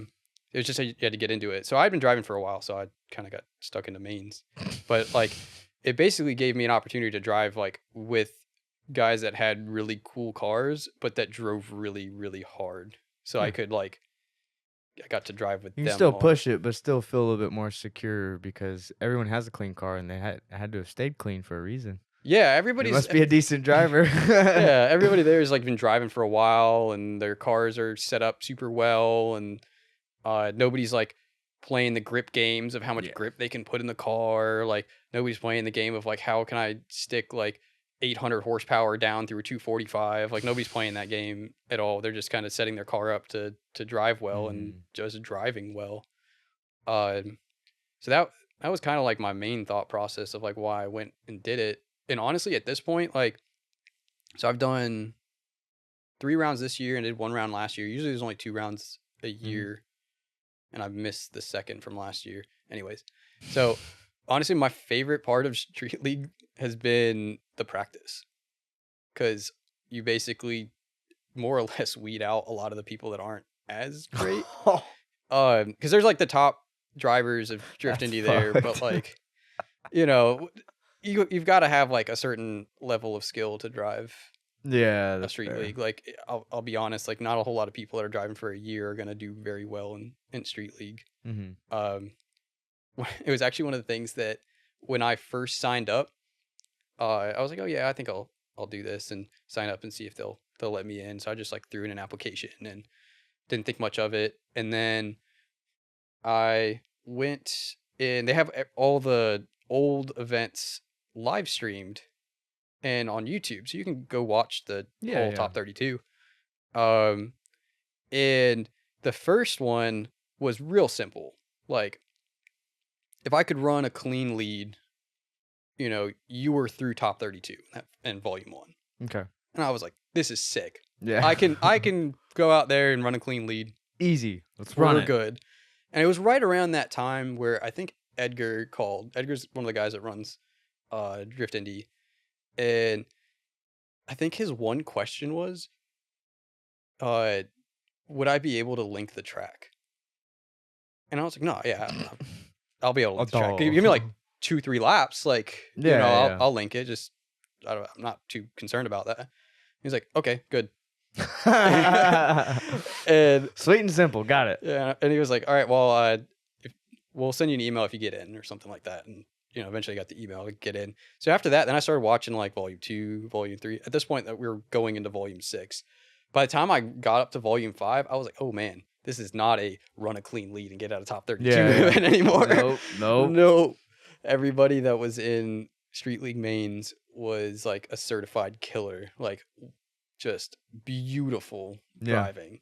I think that's where I kind of hate that, because we'll never technically find who the purest and best drivers are out there, because the only real spotlight you see for that is through FD and like all these professional lines of drifting. But I bet there's people out there in a Street League style competition that like could keep up with James Dean or like could be at that level with him, but they don't care to go to the competitive level of that. Yeah, I mean, there's that's probably like every a few. sport too. I feel like. Yeah, I mean, it's hard to. Man, it's a hard comparison, because at the same time, like the reason they're not the same is that the paths haven't aligned, right? Is that they're not.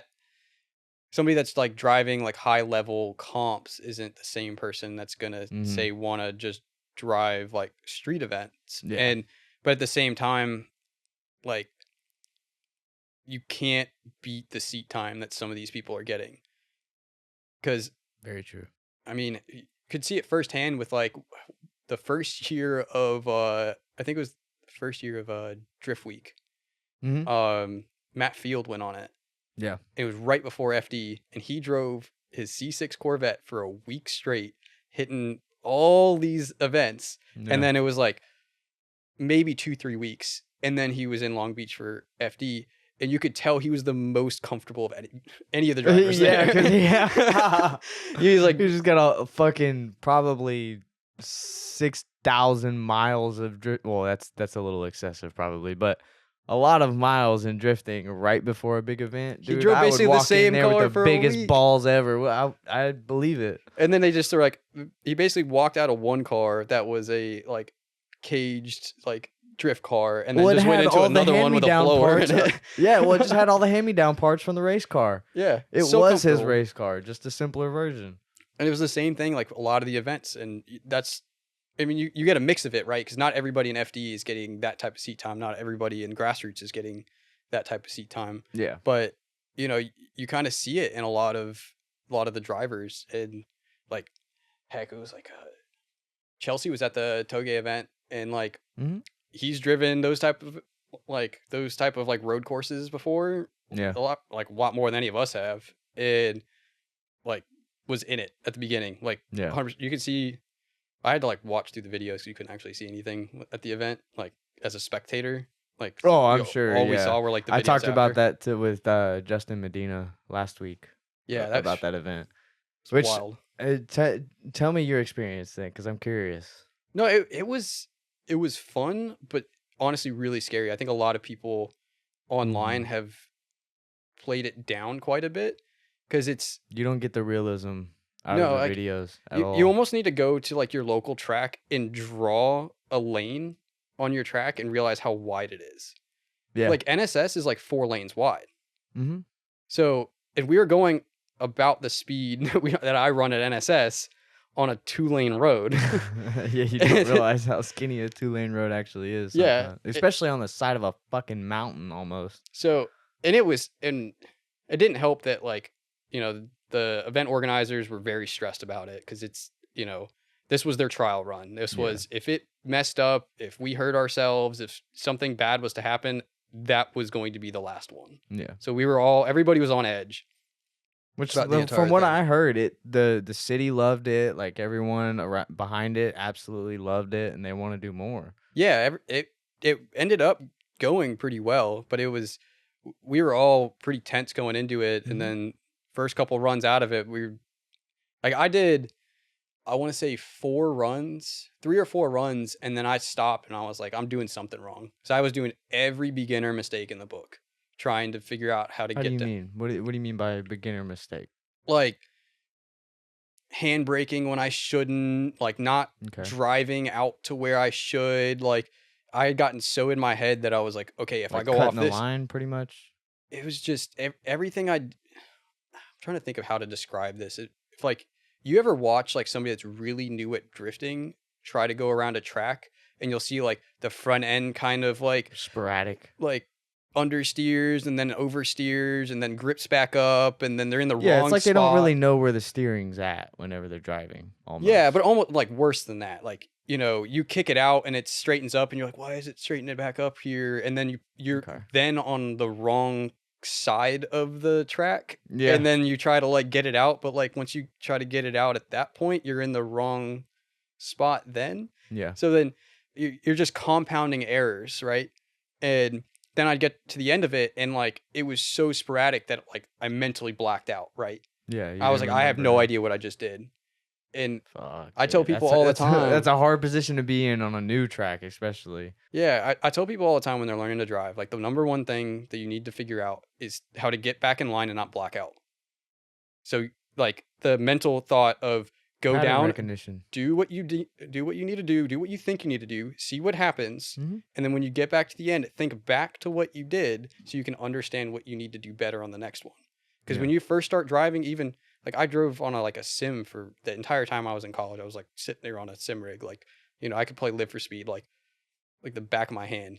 Like Yeah, so many hours on that stuff. Like I knew what I was doing. I would come out of a lap and be like, it was awful. I have no idea what happened. Yeah.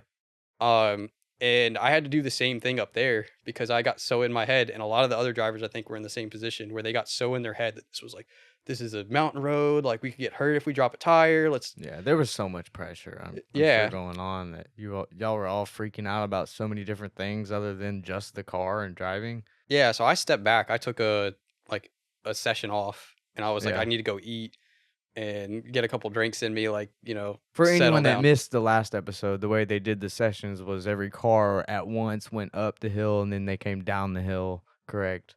Yeah, so they ran a lead car and a follow car. Then the lead car, it was a lead car, 10 cars, and a follow car. Correct. Yeah. Okay. So that's the way Justin had explained it. Yeah, at the beginning we were like a train because we all thought it was going to be super slow and like slick, and we just kind of throw it out. And like Justin's got a ton of power, so he can kind of make up for all that. But like a lot of us running like kind of low, like 200-300 horsepower cars, and that was a fast track for a 200-300 horsepower car. Yeah. So yeah, we were all like stacked up, and then afterwards they were like give each other room, but like enough room in order to see, and that kind of helped. And like I had to just like think back through it and be like, okay, I got to like think about what I'm doing. I've got to stop paying attention to the edges of the track. Mm-hmm. You could tell a lot of people were trying to stay midline because they were so afraid of going out or going too far in. But you can't drive that way unless you've got a lot of momentum to keep you moving through the track. So you kind of have to put some sort of flow to it. I was also like, I think the first real run we did, I want to say I was the first car.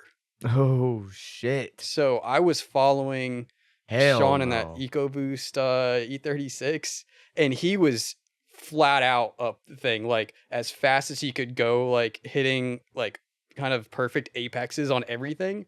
And for some reason in my head I was like, I need to follow, that's the racing line. Is the fast line. He was one of those guys that's like, I don't know if I'm ready, let's just try, let's go for it. Well, he was just so he was just our lead car, right? So he was just supposed to get out of the way, was his mindset. So he was racing it to get out of the way so we could do whatever we needed to behind him. And for some reason in my head I was like, I have to follow him, and I followed his line. And that was one of the things I had to think about was like, that's not the drift line. Like I shouldn't be that far inside. I shouldn't be hitting the apex on the inside. If I hit the apex on the inside, it's not going to do me any good. Correct. Yeah. Especially like if you drift and like aim at that, you're running into a bad situation of you're in the wrong spot. So yeah, it was a lot of like rethinking it. And then in the grand scheme of things, it wasn't a whole lot of track time because we can only close the road down for like 45 minutes at a time. Oh, so there was still like normal traffic coming through during the... Damn, I didn't know that. Well, not like during it, right? But like... Well, yeah, not while the run's going. Yeah, it was like hour blocks basically where we would have like an hour to do our stuff, which included like 15 minutes for the media people to get up there because like they had to basically be carted, like driven up there, dropped off, hop over the rail. Like, yeah. And then we'd have 45 minutes track time. Then when that 45 minutes ended, they opened the road for an hour. And then it was a giant cycle. Dude. So, that just sounds like a clusterfuck. It was a ton of work on them to like, because I mean, every drift organization's guilty of like, they put out a time or schedule for when things happen and never goes by it. Yeah. As soon as like the event starts, the schedule's thrown out. Yeah. And some events are worse than others. Like, everybody's usually like starts off, driver's meeting is always 30 minutes later. I want this to be clear. That is not the event host's fault. That is just the scenarios of everything they have to handle happening all at once. Nobody can really prepare for that unless you've done it for so many years, like Ryan Sage or someone like that. Oh, even then, I would imagine they were like... There's so much shit that just comes up that you don't expect. Until they started televising that stuff, I guarantee you all that stuff was always late. Yeah. Because like that was the big thing when this one was like, we have a specific time where they can open and close the roads. We have to be on it because the police aren't going to be like, oh, well, you started 15 minutes late. No, like you cut it, like you have X time to Y time in order to close the road down. And then we're going to go. And then whatever happens. If, they've got to if 15 minutes before like our time ends, somebody like offs it and it takes them 15 minutes to get that car off the road, they're just calling to us like, get back off the road. They, Yeah, just get off. Yeah. you know, go pit. Okay, so what are some things that you say they could improve on for the next one? Because I know the next one's coming. They've already said they loved it. You know, it's gonna happen again eventually. Yeah, there's some rumors out of when they're gonna do another one. I was 50-50 on the event on whether or not they thought it went well enough to do another one, but it sounds like they, you know, From they everything loved I've it. heard, the city absolutely loved it, and it's a pretty relaxed city from what I've heard. They've done stuff like that, just not with drifting, Yeah, with other types of motorsports and stuff. So I would see for sure there's gonna be another one. Where, I don't know, because they said they have tons of better roads that they could do it on. But what are some things that you say would improve the event, not necessarily just for drivers, but spectators, media, everyone? oh well, there was no way for spectators, and that's kind of been my Mhm. concern. Not that, you know, spectators as a driver isn't a big thing, but we talked about this earlier. Spectators is what funds the events.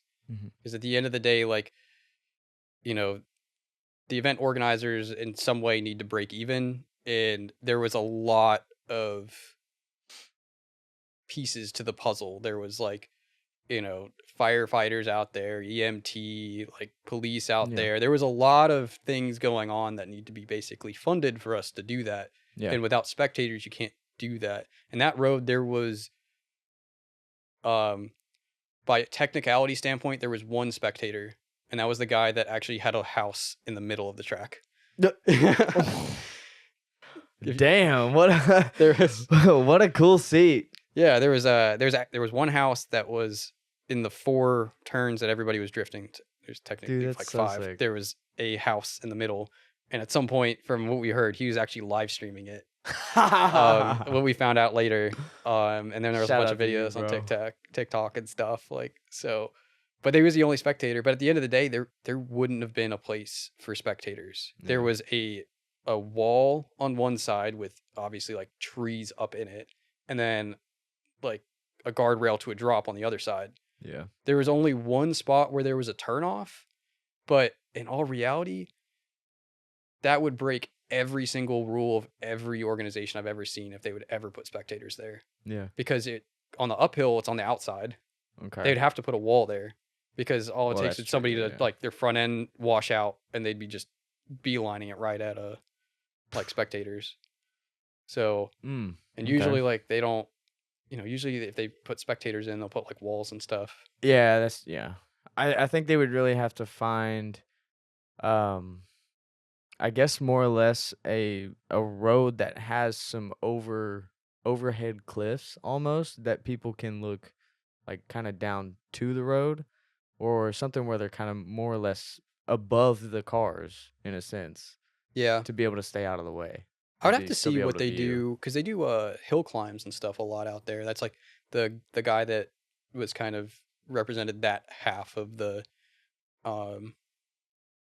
whole kind of organization. Mhm. That's what he usually runs, is like hill climbs and stuff for like with motorcycles That's or cars or whatever. And I would have to see what they do because I think they've got to figure it out somehow, right? Yeah. So it's The science has got to already be made for other type of motorsports. I mean, rally. yeah, it's just Just the take some risk is points for super high rally. if like they have spectators just like if they even were spectators just along the guardrail, Mhm. like say they're behind the guardrail, like Yeah, but you got to think of insurance and Y- stuff like that at yeah. that point, because media even has to sign off on a waiver for being on the track and being that close to the cars. You have to take personal obligation to where the fuck you are. They even had at one point while we were up there, it was like in the morning, that some kids emerged from the woods. What the fuck? They just- That's creepy. It's middle of nowhere Kentucky. There's just like kids playing in the woods, and I guess they just like I hear race showed up. cars. They're like, Let's go find out what that is. sounds like somebody's like going wild over there, and they like walk up, and then there's just like all the media people and like a couple of the guys that are like running it out there, and they're just like, where did y'all come from? And as soon as they went to go talk to them, of course the kids were like, oh crap, we're in trouble, and ran off. Yeah. But they just kind of were like, how do you control that? Because at that point, that's the Huh. I didn't think about that. problem of it being like a public road, is that like yeah, we have the road closed down, but we can't close can't down the close land. woods. Yeah. What are you gonna do? Rope off the trees? Yeah. And even like it was the same thing with the guy that lived at that house that was like streaming stuff. It's like, we're Yeah, you you just got a can't like free do seat to the anything. party. Yeah. Yeah. He's like, it's your house, like do whatever you want. Poor people at the there was a house where we were turning around with like a dog and stuff, and we're just sitting there like going all day up past their house, turning around, and then flooring it past their house all day. If you're watching, I'm so sorry. I doubt you are, but I mean, I've lived in houses in the city, like next to stop signs and stuff. Like I know how annoying it can be to have just people like peel out right in front of your house Yeah. constantly, and it stinks. But I mean, that's what you're gonna have to have. yeah. So All right, I'm kind of glad I don't live on any type of highway or anything, because if someone saw that FC in the driveway on the highway, I would be getting rev noises. I would be getting flybys, just Yeah. non fucking stop. My buddy, do you know Brendan Daniels, right? yeah, Okay, so when he lived out in Murfreesboro on that highway, oh my god, bro, it was so fucking annoying, because that's where I worked on my car a lot. So yeah. I'd be over there and you'd hear somebody just come fucking railing it past his house, and you're just like, can y'all just go away? Like, See, I have almost the opposite thing where it's still like the same problem of my house backs up to the highway. Yeah. So like all night sometimes, like especially you can tell when it's a Friday night and the weather's just Yeah. right, because you'll sport bikes Boost just weather. hauling. And I've woken up to what I would imagine were a couple street races on the highway in the middle of the night, because like Nice. out of nowhere, just like woken up from a dead sleep of just like two cars Screaming. just hauling down the highway. And you're like, all right, well, I think I know what happened over there, but I guess. trying to sleep. See, I got a train a house over that Yeah. comes through the neighborhood, but like the station's right back here, so they're never coming fast, and they only come through during the day. I've never heard them at nighttime, so that's cool.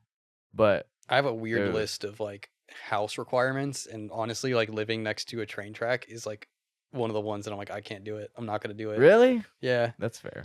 Like I say this, but I live like my house backs up to the highway. You're getting noises one way or So- another. I mean, pick your poison. But yeah, it's like on my list of weird things. Like I'll never live on the end of a road by a stop sign because like headlights. Oh, okay, yeah. I got a bunch of I can weird see things that like one. that. When I was like looking for a house, I was like, Damn, that on one's the actually list. really smart. There's a bunch of weird ones, and it's like Wow. it's even what's really bad with those ones is sometimes if if the road's long enough, they had this a lot in Charleston at my girlfriend's family's neighborhood, their Mhm. old neighborhood. It was this really, really long road that basically went all the way through the neighborhood, and then it just stops, and there was a house right at the end. And their house got ran into so many times by like drunk people and people not paying attention because they're just driving down this road doing like 35, 40 because it's a wide like main road to the thing, and then it just stops and there's a house. Fuck. And people just completely miss the stop Oh sign, my and by that time God. you're in the person's front yard and you can't stop. Dude. Charleston's mud. Like you're in the mud. If you mess that up, Could you're in you- their yard. Oh, I could not imagine, man.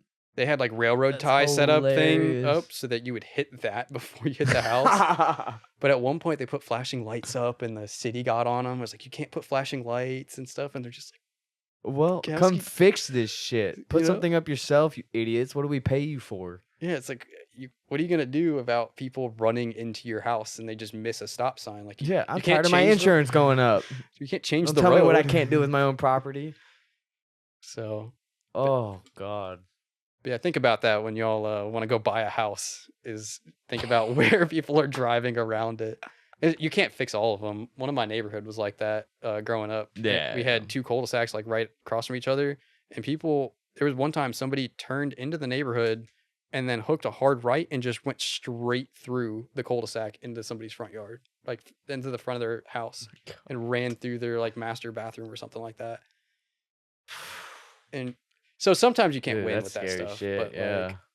like, they thought for some reason it continued, which would make sense if they continued the main road. Because in that neighborhood, like if you missed the stop sign at the end, there was a cul-de-sac at the end with no houses or anything. Mhm. And that one very commonly would get ran because you would see where like brakes would lock up as they gone by. And the amount of, there was a lot of crashes and stuff that would happen there of people expecting the car to stop and the person not paying attention, and then the next person goes and they get hit. But Shit shows. people can't drive. It's pretty standard stuff.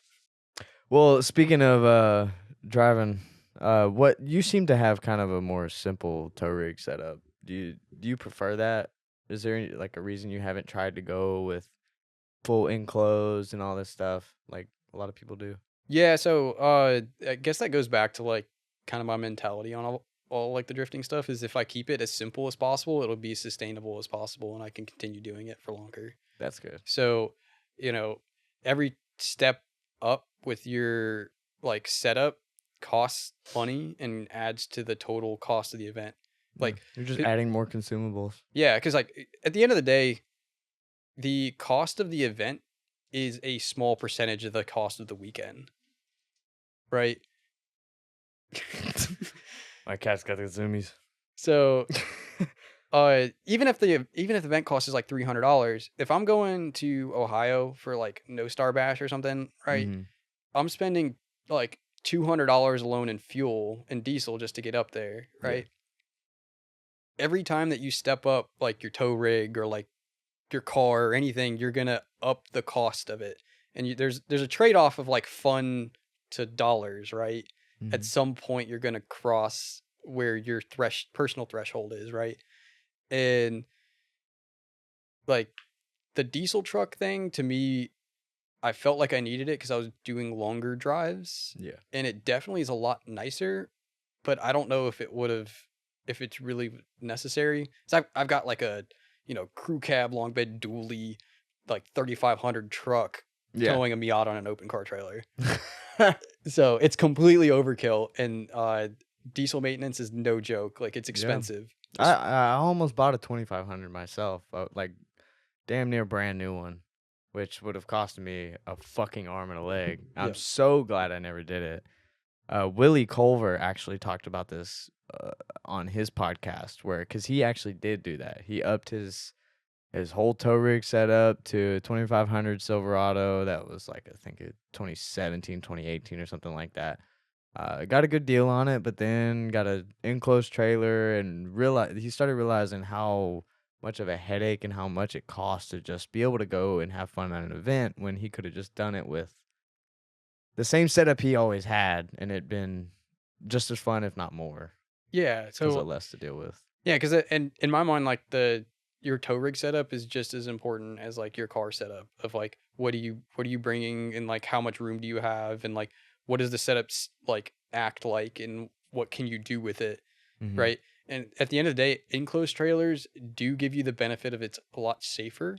Yeah, you can lock it up. Yeah, you can lock it up, and that's like the biggest thing to me that would like be a pro. But on the con side, it's a lot harder to tow it. So if you ever have to back it up, it's you can't see as much. Yeah. Can't just pull up to the gas pump, fill it up. Yeah. They're usually a lot longer, which makes it a lot harder to tow and pull it around places, and the wind resistance of it, so then your gas mileage is going down. It's you a lot. Have to have a diesel truck too. You can do them with gas trucks if you. It's just really hard on the truck. Thing. Usually the transmissions are the problem, and there are some occasions, like I was telling you that trip I went down to Piedmont Drift event, which was in North Carolina. So I towed the Miata with my old 1500 Sierra from Tennessee, like outside of Nashville, all the way to Charleston, and then up to North Carolina and back. And if you take that route from Charleston up to Nashville, there is around Asheville is a series of like mountain ridges that are wild. Like, and I got stuck on the way back on one of them where I flew up on somebody doing like 40 miles an hour. Cause you got to keep your momentum up or else you're not going anywhere. And I got stuck where it's like, okay, I basically had to slam on my brakes cause I couldn't get over. Oh, and I was stuck doing like 30 miles an hour up the hill because I just couldn't go any faster. Like at that point, like I wasn't gonna drop a 4L60 out of it in the middle of the mountains. No, of course not. Like I didn't want to like full on floor it, but I was like giving it the beans, and it really couldn't go up more than like 40 miles an hour at that point. but I ran up on them doing like 70. And That's sketchy, it dude. was bad. Oh my god. It was like one of the things that like got me. I was like, well, you probably need a bigger rig. Yeah, I But- could see that. Well, then what would if you could say that money just wasn't an issue? What would your dream tow rig be? Because like, dude, that rig Taylor Ray just got, holy fuck, that thing's cool. That thing's nice, and I was searching up after I saw that because I I'm bet I always did it looking too up. for no reason, knowing damn well I can't afford nothing like that. I'm always looking for weird tow rig setups or things to do because like for the longest time I still kind of want to. I just don't have the room for it. I want to put like one of those pop-up campers in the bed of the truck. Dude, yeah. So then I could, sleep in it and do whatever. If I ever want to do like a long drive, I don't need to worry about getting a hotel or anything like that. Those things are wildly expensive. Mm-hmm. I did not realize. I thought they were going to be cheap. It's like it fits in the truck bed. Like how it's. Yeah. I was like, if you take How a expensive camper could and you it be? cut it in a quarter, then like how much is, a quarter of a big camper going to cost? Yeah, it's the same amount as a full size camper. By the way, those things are wildly Dude, expensive. no way. I didn't know. Brand new, they're like that. 70 grand. At least the ones I Uh-uh. saw. I was like trying to look at because I first went on Marketplace because I'm always looking for a deal, and I Who couldn't. the fuck's buying these things? I don't know, man. People got money to burn. It's not me, but somebody. Dude, it's like the big fucking sports boat things. Like you see these people that only make 150 grand a year out buying these $120,000 sports boats. Come on, bro. Now I know you can finance them for like 128 months. Like it's insanely long. But what the fuck? Yeah, so they're up in that kind of situation where like even used like now they don't sell because I've looked at a couple and saved a couple to see like what they would do because and nobody buys the things. Their resale value is terrible, but brand new, wildly expensive. Even used like a newer one, it's like 15 grand. Damn. You know, like, That's at that just point, crazy, dude. when I started What looking the at it, I was like, I fuck? can buy so many hotel rooms. Yeah, for that's that. dope. And I have running water. Yeah, I'll finally make the money up in 20 years. I think that's Yeah, I'm always doing that business case thing of like, how many times do I have to use it in order for it to make sense? And That's fucked. that stuff never has worked out. So keeping it simple then. Always Just keep keeping a it simple simple. tow rig. That and I live on a giant hill, so I Nah, can't back an enclosed trailer at my driveway. It like hits the driveway. Ooh, yeah. So I can back Yeah, that my wouldn't work. open trailer. I actually didn't realize it was going to be an issue. I figured it was gonna be really bad to back a trailer up my driveway Mhm. because that was like one of the things when I like wouldn't looked at the house. I was like, man, I that's struggle with wildly mine because it's a fairly low trailer. It scrapes in a lot of places. yeah, mine will go up, but like I bought MJ's old tire machine Mhm. and he dropped it off like in his open or enclosed trailer and he's like, I don't know if I'm gonna make it up. And sure enough, like he tried to back it up and it just dug right into my driveway. So we had to like put it on a cart and then like push it up That my sound driveway. too hurts. I hate So, that sound. It's yeah, so I generally can't, or at least I don't think I could get a Yeah. most enclosed up my driveway, which has also That's fair. helped. There's always a keep it lot of simple. variables that go into it that you have to think about. But Yeah, I always like to ask people because I think a lot of newer drivers think that you have to make it to that point and you need all of that type of stuff. And I just want to make it apparent. You fucking don't. no, Nope. it's simpler the nope. setup you can have. Like honestly, right? Because so I was harping on the diesel truck thing, right? So I got rid of my like 1500 Sierra not because of that whole like hill situation because that to me was like pretty one off. Like I would have made it. I made it just fine going the other way in the other mountain because there was like basically two big hills back to back that you have to deal with. And I did those fine. So it was just that one.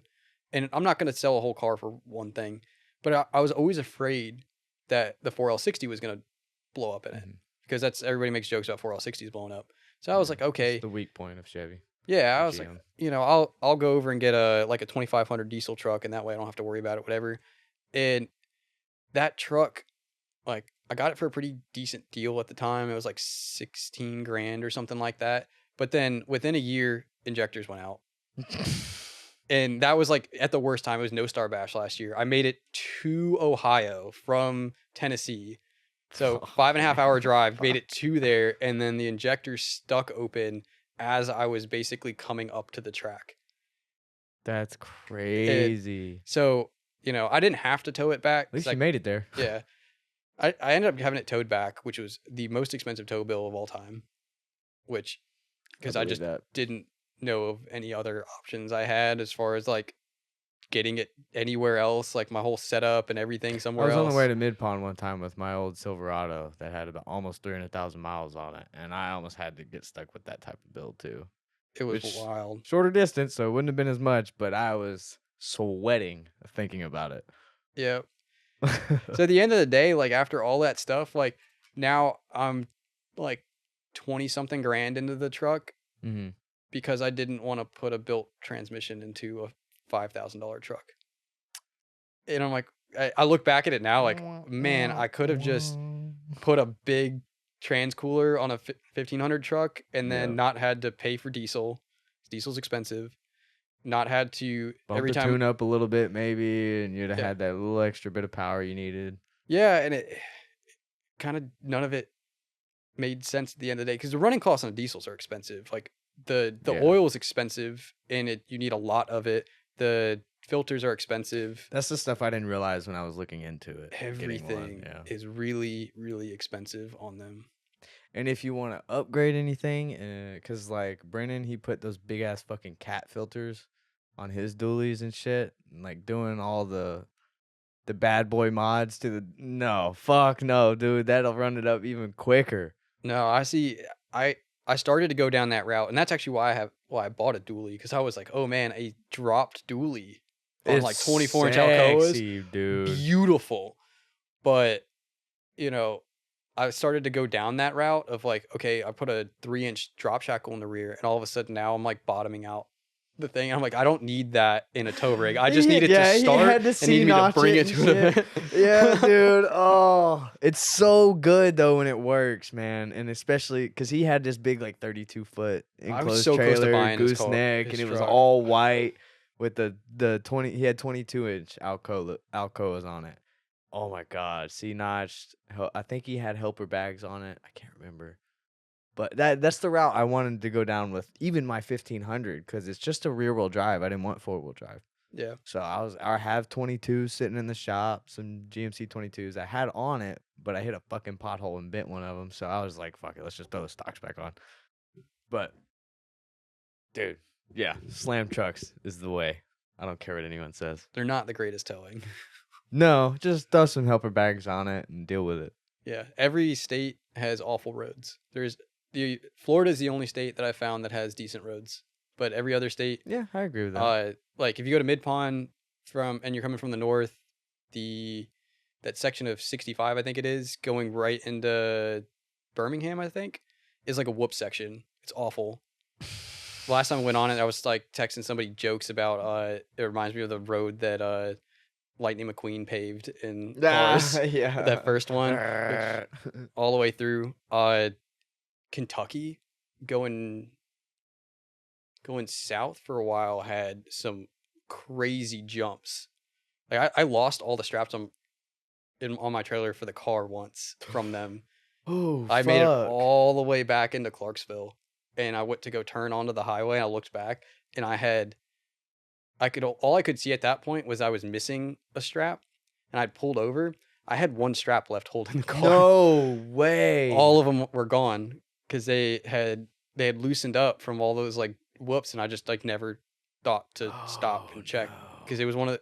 Usually I stop like halfway through and then I'll check them, and if they need to be tightened, like give it another like crank or so. Yeah, on the way home though, like you're ready to fuck home, you're tired. Yeah, I was like tired. I didn't need to use the bathroom or anything, or didn't want to stop for any reason, so I just kept going. And then I got back. It was like, well, missing all my straps. Oopsies. So now the new ones have like all the positive retention stuff, so they can't go away. They all click onto themselves. That is the move. Amazon sells those things. You never lose a strap ever again. And so worst case scenario, it loosens up. You're not gonna have a problem with the like whole car disappearing. Yeah. So E-tracks and just strapping over the tire. I wanted to do that's that, but I'm totally the cheap. move. But I'm so cheap. yeah, exactly. Can't do it. Exactly. Like I saw Fuck. somebody do it at one point, and I was like, that's how I'm gonna do it for the rest of eternity. I'm gonna go whenever I get to the point where I need new straps, I'm gonna do that. But Yeah. then when I got to the point, I had like events coming up, and I was like, I could buy $50 and like or it was like $80 in regular straps, or like $300 to do the whole E-Track setup between buying all E-Tracks and buying the straps that are designed for E-Tracks to go over. Damn, that's crazy. And I was like, That's expensive as fuck. I'll do it some other Dude, time. My trailer's doesn't even have normal weld-in D-rings. It's got the fucking drop-in ones that go on the side. Oh, well, I think mine was like an old race trailer or something. Yeah. Because it's got like it's got an old Mopar and like Power Tour stickers all over it and stuff. I really want to weld some tie downs on the subframe or something. That way I'm not pulling from the control arms and shit like that. I really hate that I do that whenever I'm trailering in my car. But I mean, it's not that big of a deal. Yeah, I do it, and when I do it, you can like see the whole wheel move forward on the front. Yeah. And I don't really care for it, which is why I wanted to do the kind of over the wheel thing. Generally, you're not supposed to like strap it down from what they consider the sprung part of the chassis. Yeah. Because it moves, right? Because the whole car, when you hit a bump, so it'll loosen it and then tighten back up, and that motion will break your straps. Oh. So you generally don't want to do that. That's why, like the hook ones To control arms or to like your chassis. Like if you put on a tow hook or something, you're not supposed to do that. okay, yeah, okay, I get that, yeah. Yeah, like when you hit a bump, like your car's still floating. You want it right? to still kind of compress the suspension and shit, yeah. Well, so you don't need to compress the suspension, but if you need to hold something that's not gonna move when the car jumps. Your wheels don't move. That's why you always strap the wheels. Okay, yeah. It's because I did say on the subframe, so that would be compressing the suspension to tie it down, and you don't want that. You want it. Yeah, because at that point, then it's gonna yank on the strap whenever you hit a bump. Yeah, well, actually, it's kind of almost the opposite. It'll loosen up and then Science is tighten hard. back up again, right? Because Yeah. it's confusing. I remember talking to when I was in college, I was part of like this Formula SAE team where we built it was like a go-kart with a CBR 600 motor on it. So Okay. and it ran a restrictor, so it had like 80 horsepower, but 80 horsepower in a go-kart is like still pretty gnarly. Yeah.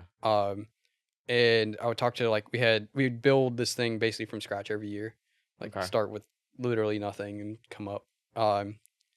And their suspension division would always confuse me because they were always talking about like the sprung or the unsprung part of the chassis. Because in your head, when you think about of a car, Yeah. you think from a driver's perspective, not a car's perspective. Like from a system's perspective, the entire body is sprung and the wheels are unsprung. From a driver's perspective, Bro. the wheels are the sprung part, right? Because the Yeah. wheels are after the spring. But if from a actual like suspension mindset, Yeah, okay. the entire car is sprung. And that's why if you like drive a truck or something, they usually use the term when they talk about mass, like unsprung mass versus sprung mass. Mm-hmm. You want basically, you don't want a whole lot of like unsprung mass, if that makes sense, because you lose like feel of the steering and stuff. That's why like trucks kind of feel like everything's happening below you because they've got so much like unsprung mass that's just able to do whatever in an uncontrolled fashion because it's just there. Yeah, it's just stationary pretty much. Yeah, it's like you hit a bump and there's nothing you can really. I mean, your tires, Gotcha. the deflection of your tires and stuff is different, but yeah, down a rabbit hole again, dude. Yeah, that's. I guess that would be more geometry or whatever. It's physics, man. Anyways, Physics. Oh my god! See, that shows you how much it's beyond my brain capacity. Anyways, you fucking engineer, big physics guy. You're making me look dumb on my own show. Anyways, oh, sorry. No, props to you. Actually, that's I like that. That's really cool. Anyways, back into some more drift car related stuff. Do you ever plan on doing a livery or anything to your car? I think liveries look cool. but I almost think it's gonna become a fad. Like, Really? Okay. because like it was really cool, right? In the very beginning of drifting, like in like the early days of Japan drifting, they started to put like liveries on cars, Yeah. and then it became like only a comp car thing. Everybody else had like clean cars, and then everybody like the resurgence in the last like 3-4 years of like Japanese drifting, they've gotten like, oh, we're gonna put liveries on non-comp cars, and it's almost becoming too available. It almost looks, and you know, because it's so easy to mess them up. I know what you mean. It's so easy to mess them up. Like for every like one good one, there's like 3 that you're like, ooh man, they did not design that right, or it just doesn't flow right, or something doesn't look right. Tribal graphics on fucking Google. Yeah, and I mean, there's a lot of cool ones, and I think the big thing that makes like liveries cool is when they're unique, where they look organic almost, like they're not perfect. I think the most of the ones that I haven't liked are the ones that look too perfect, or they look like they didn't try hard enough. One of the two. But I don't know. So personally, I don't care. I don't think that like putting it on my car is going to be like the ticket that's going to make me think my car is cooler. Yeah, I can agree with that. Yeah. So I do think a lot of people have that mindset, and they think that the livery is what's going to set everything together. Sometimes it does. So, like sometimes if you have like some like wild colored wheels or something, like that's what's gonna pull it all together. Or like if you're one of those Jimmy people, Oak's car is a good example, which is still. Did you see the coupe that he just did? Yeah, I mean it looks really cool. Yeah, the wheels are still like an off yellow. It's the wrong yellow, but it did help the presentation of that car. Yeah, I don't know. I think it still looked cool before. Of course. So yeah. There's a lot. I was talking to It's got the bricks, baby. Of course. Ryan, one of the Ryans, about this like a year or so ago, and we were talking about like what makes cars, and it's when we kind of came to the conclusion of it's the wheel and tire fitment makes a car. Yeah. As stupid as it sounds, like it's not even like, and I'm not saying like it has to be like hella flush or anything like that. It's like, or like it has to sit one way or the other, but like how that sits on the car will make the car. You can have like a super aggressive tire fitment, and like you can have a little bit of wheel gap, like, and you can still make it look cool, but it has to fit. The way I actually, because I 100% agree with that. If the wheel fitment is right, the entire, it doesn't matter what fucking is on the car. It can be 20 different colors. It'll look 10 times better if the fitment's right. The way I compare that is actually kind of weird. I use pit bulls. Pit bulls, yeah. That's my like the dogs? The dog. Okay, So, okay. I'm ready for this one. Pit bulls are naturally very muscular dogs, correct? They naturally have that built kind of muscular look to them. So whenever you see, like, I don't know if anyone out there knows, but designer pit bulls, there's actually a company that's called Designer Pit, basically just model pit bulls.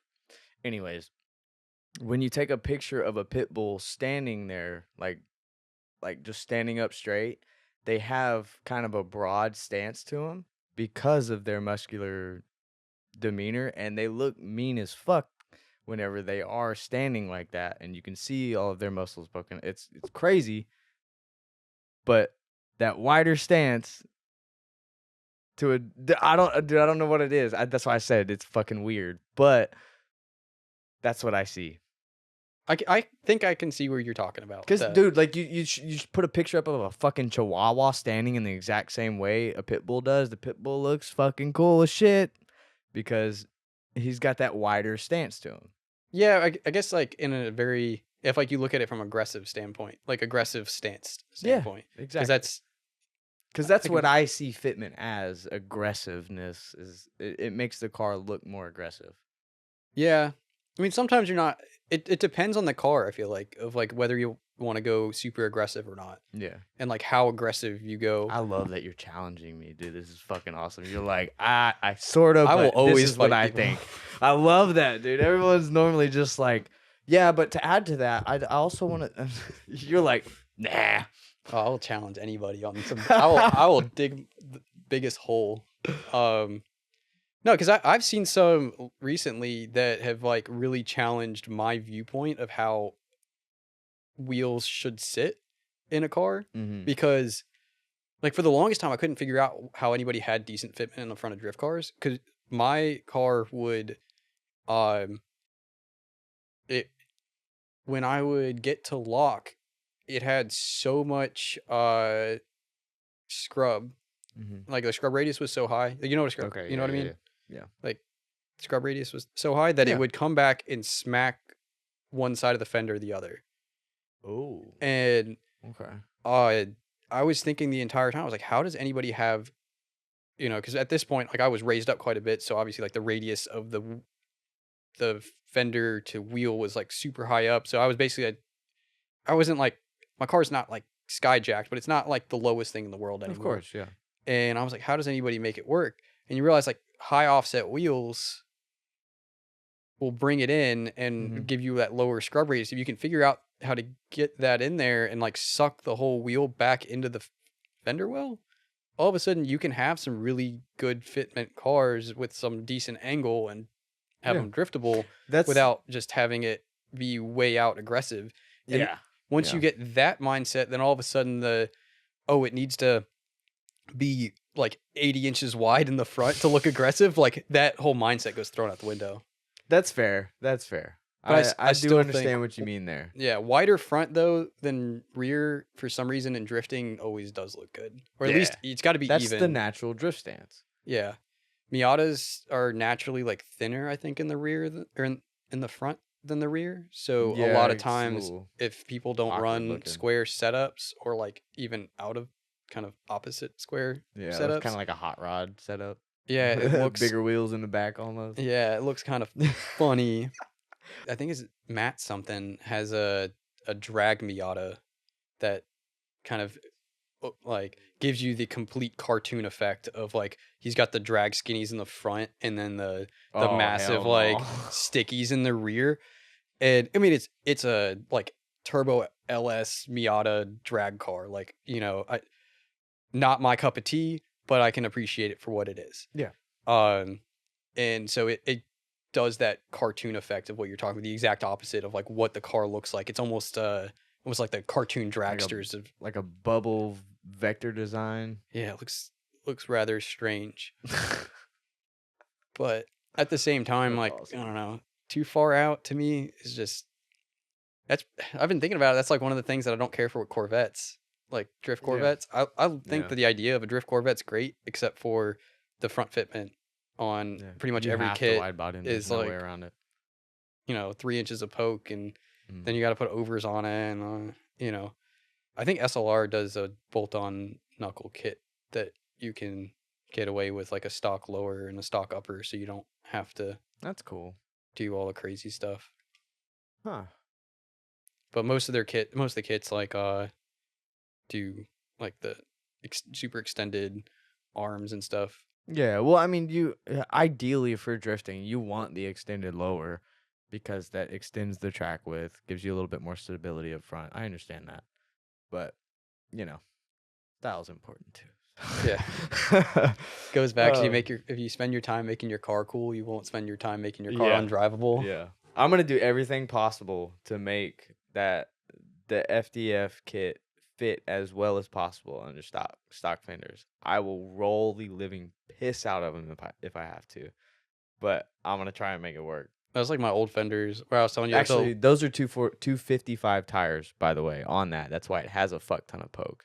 I normally run 235s. I just threw those on there because I had to get it had to be next to a booth at an event one time for weird scenario. But anyways, don't hate me. I'm sorry. The fitment's off. The fitment does look like shit on my car. We're gonna shame you forever for it. Yeah. So, do you plan on sticking with the Miata, or do you have any plans of possibly in the future switching over to a different chassis? So, I've thought about this quite a bit because the Miata is where I always envisioned the final state of it was. like Okay. simple turbo Miata with like a body kit Yeah. and cool wheels and like yeah. You kind of did 200 what you horsepower. expected to do with it. Yeah, and so I go back and forth on like going to a different chassis or like trying something different. And for a while I had a NB just so that one day, like if I ever rounded off the NA, I could like swap everything over to NB and be like sort of the same chassis but different. I love that. I like that But, chassis better, honestly. I hate to say that. But I did that, right? And I bought this car. I've got it super cheap and I was dailying it. Like it was like a full car, full driving around car. I actually bought it for it was a 6-speed car and I needed a 6-speed for the NA. No, you And so I bought that so I could take the transmission out and swap the transmissions between the two. That was like my whole thing for it. But then I rounded off the white car, the NA, Yeah. and just like next thing I knew, I was like getting it set up with Cody to get brought into like onto a rack and pulling it out and like put it all back together. Yeah, of course. After that, I was like, I'm never gonna get rid of this. I'm just gonna keep fixing it. Like, it's why at this point, like, why would I get a different chassis?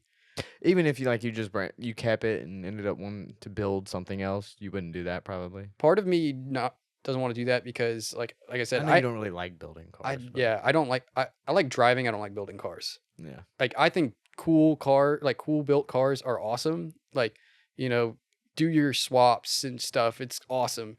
But like that's not what I like doing. I don't mind tinkering. Like, oh yeah, I got to change a seat out, or I'm going to change a turbo out or something. Like tinkers, like something I can do realistically within like 2 to 3 days, like at most.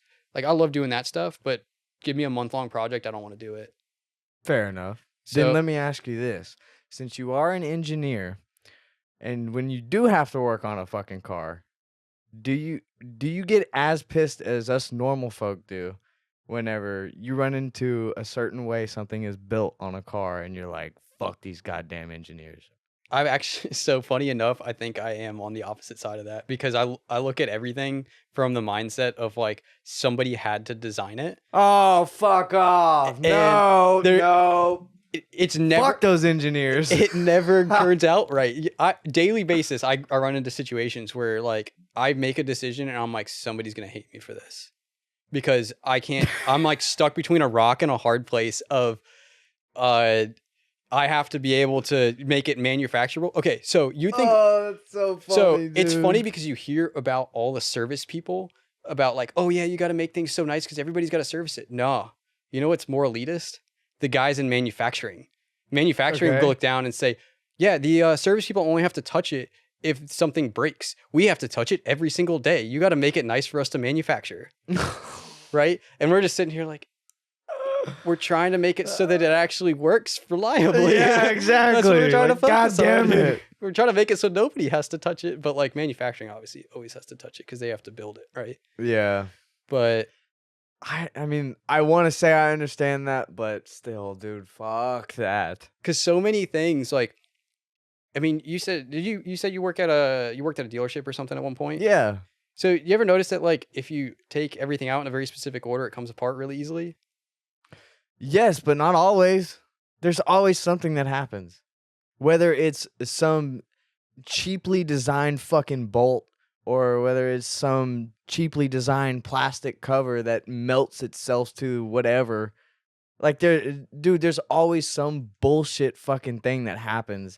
Even if you follow by the book instructions. I swear to God. Back me up in the fucking comments. Please. But I'm not wrong. I've seen where I've like, now this is all anecdotal, right? But like Yeah. I've seen where like I've seen engines installed and running in 20 minutes. My buddy did it while I was talking to him. Korean cars. They're all in like a Hyundai, and it was just like in 20 minutes it went from a block on the ground to in the car with everything attached. I can tell you why on that, because Kia specifically has it in their like mission statement or whatever the fuck that the engine does not have to be reliable in their cars. They make it to where it's easy to take in and out of because they know that motor's coming back, baby.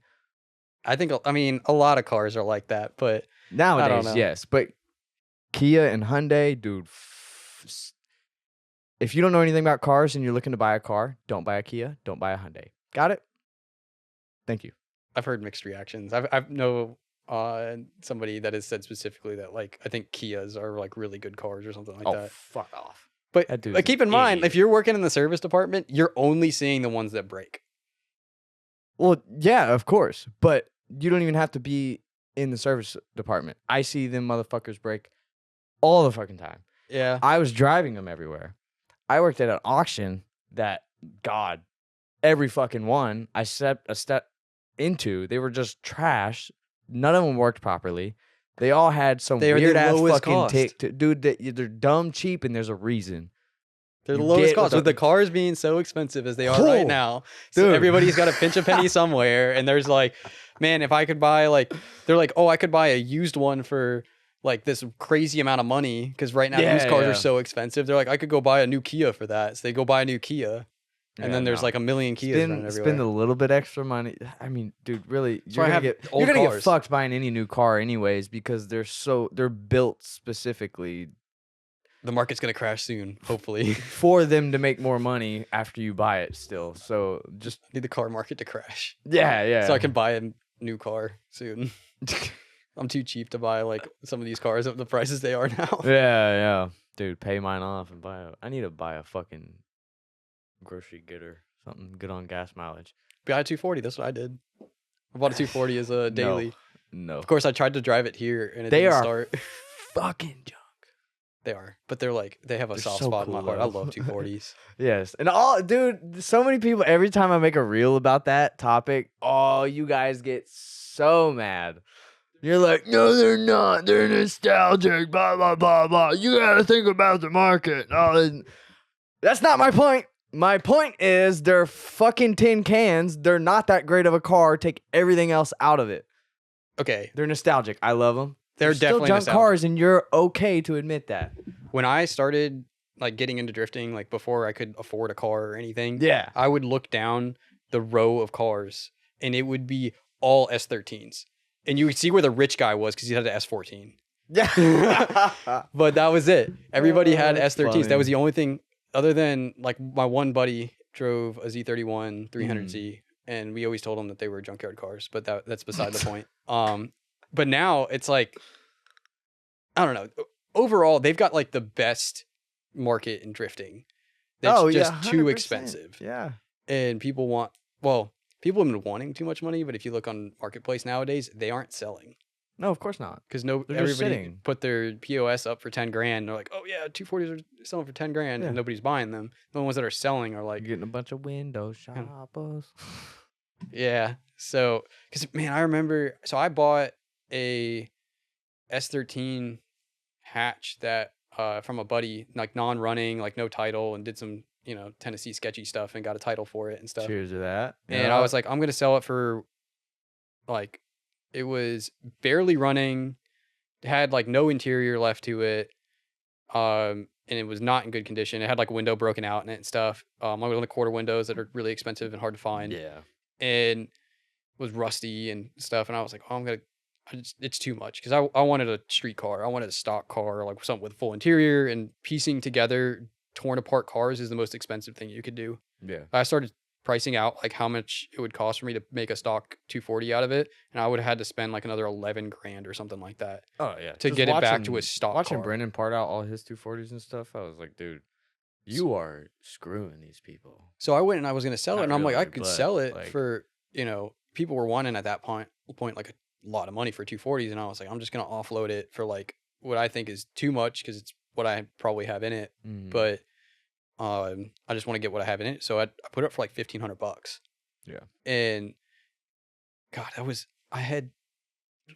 forgot what the exact numbers were. It was like 24 people messaged me in 48 hours about that car Oh wow. to come get it.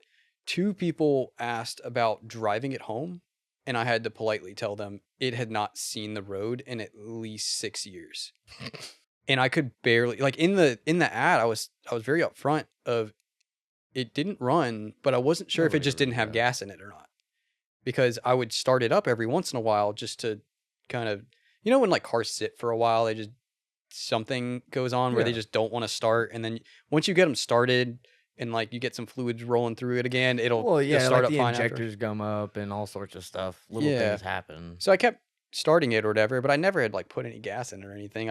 I think we may have put gas in it when I bought it because it was sitting in the back of Cody's house, and he like gave me a super good deal on it and was like, "Oh yeah, it doesn't run or whatever. It doesn't have a starter." So I went on Amazon, bought a starter, Of course, put a starter in it, tightened some clamps on the intake and stuff, and then started it up, and it started right up. First time Hell it ran in yeah. like 4 or 5 years. Pulled it on the trailer, did a burnout on the trailer, and then took it Fucking home. right. Yeah, I'm a sucker for pure pressure. So, but yeah, so I would start every once in a while, but it wouldn't start when I went to go. When I finally was like, this is not the car I want to turn into like a my Of course. 240 that I'm never gonna sell. And I was like, I'm gonna sell it, so I went to go start it up, and it didn't run. And I still like described like all that in the for sale post, and people were still like, "You think it could make it an hour home?" No, bring a trailer. Dude. Yeah, Bring a Facebook trailer. Marketplace is the worst. It Don't nobody read the description. Don't nobody even read the title. They'll look at the picture and be like, that looks interesting. Hi, is this available? so many. I got like trade offers for like ATVs and stuff. It was weird. But it wasn't too bad at the end of the day. But there was like, when I had some guy actually coming to get it, there was like multiple other people that were like, as soon as if he doesn't take it, because I would basically tell people like, hey, if I got somebody coming, like, I'll let you know they're supposed to be here at X time. Yeah, So just being I'll let honest you with know people. after if it sells or not. Because I don't know, I just wanted to get rid of it, and like some guy ended up just like, here's money for it, and took it, and so. Better off in someone else's hands that has a fresh like passion for it. No, it went to. I hope he doesn't watch this because I'll feel really bad, like talking bad about him. But because he's a really nice kid. But it was a kid that was like, 240 is my dream car. Like I always want one. Oh shit. And I was kind of like, It's not my place to tell you this isn't the car. That's But fair, yeah. and he basically went through that whole situation of like he got it and then like got different KAs for it and like this and that and like took the suspension and messed with the suspension. Yeah, that car didn't go anywhere. He learned something from it. Fuck it. He'll be all right. So, well, I think this has been a fucking awesome podcast. I seriously, I love how much you challenged me in this one. This is great. I'll talk smack all day. You wanna? Yeah. Let me know if you guys want to see him on for another podcast in the future, or maybe you could sit in on a podcast and help me pressure someone or something. We could do that. I don't know. Let us know in the comments. But yeah, go ahead and give me your absolute best piece of advice for anyone just getting into drifting. This is the end of every podcast. Dang, the best advice I could give to anyone starting drifting.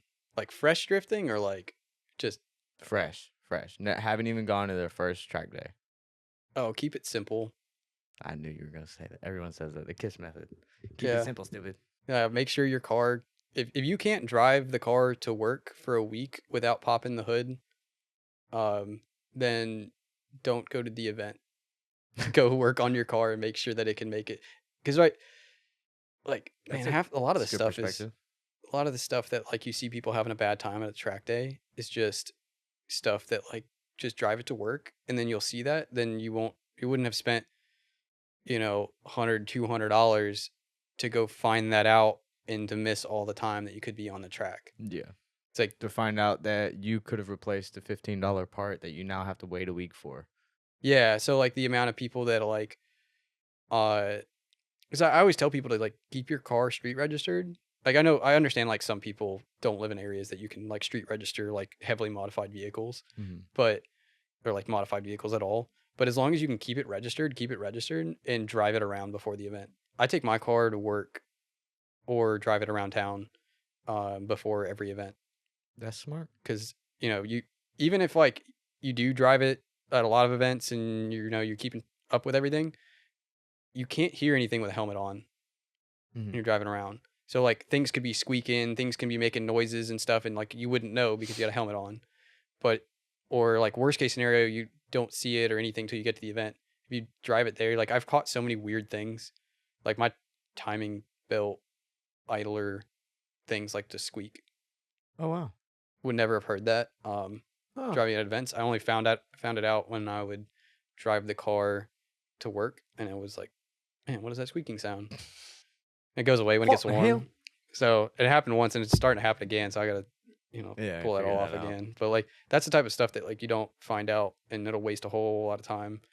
Working on your car at the track sucks. Yeah. Working on your car in general Oh, sucks, but doing it at the track is like the worst thing in the Yeah, you world. get to watch everybody else have fun right in front of you while you're sitting there sweating your balls off. Yeah, it's always the hottest Busting your day. knuckles. Like you're on gravel for some reason because there's no spots left on the concrete. Yep. Damn. Smallest, weirdest things. Ugh. Well, hell yeah. So I guess give me if you want to plug anyone, plug yourself, anything like that, any companies. Go ahead. Oh, I don't work with companies, man. I get to keep it simple. I don't do There you sponsorship go. nonsense. Then. Well, if you want to throw your social out there or anything like that. Yeah, I mean, I only put stuff on Instagram. Yeah, if you guys add me on Facebook, you're gonna be sorely disappointed. So, yeah, feel free to. Facebook's for family stuff anyways. Yeah, I keep it to see whatever people from high school are up to. Yeah. And then, and the Drift Indie Pub. So, yeah, shout out to Drift Indie for having good ass events. Hell yeah. But still come to local Clarksville events. Support your local track. Yeah. No matter who it is. All right, so that is it for this one. I really do appreciate it. Don't forget to check the description. I always have links to any parts that you may possibly need for your build. So go down there, check it out. And that's pretty much it. Go ahead and hit the subscribe button, and we will see you every Sunday for a new episode. Hey, feeling like Whitney. I need a bag, bruh. Send it through quickly. What the fuck? Like I'm in the big leagues. Told him that I gotta go, dog. I'm riding the road, y'all. I think that I'm back in my bag now.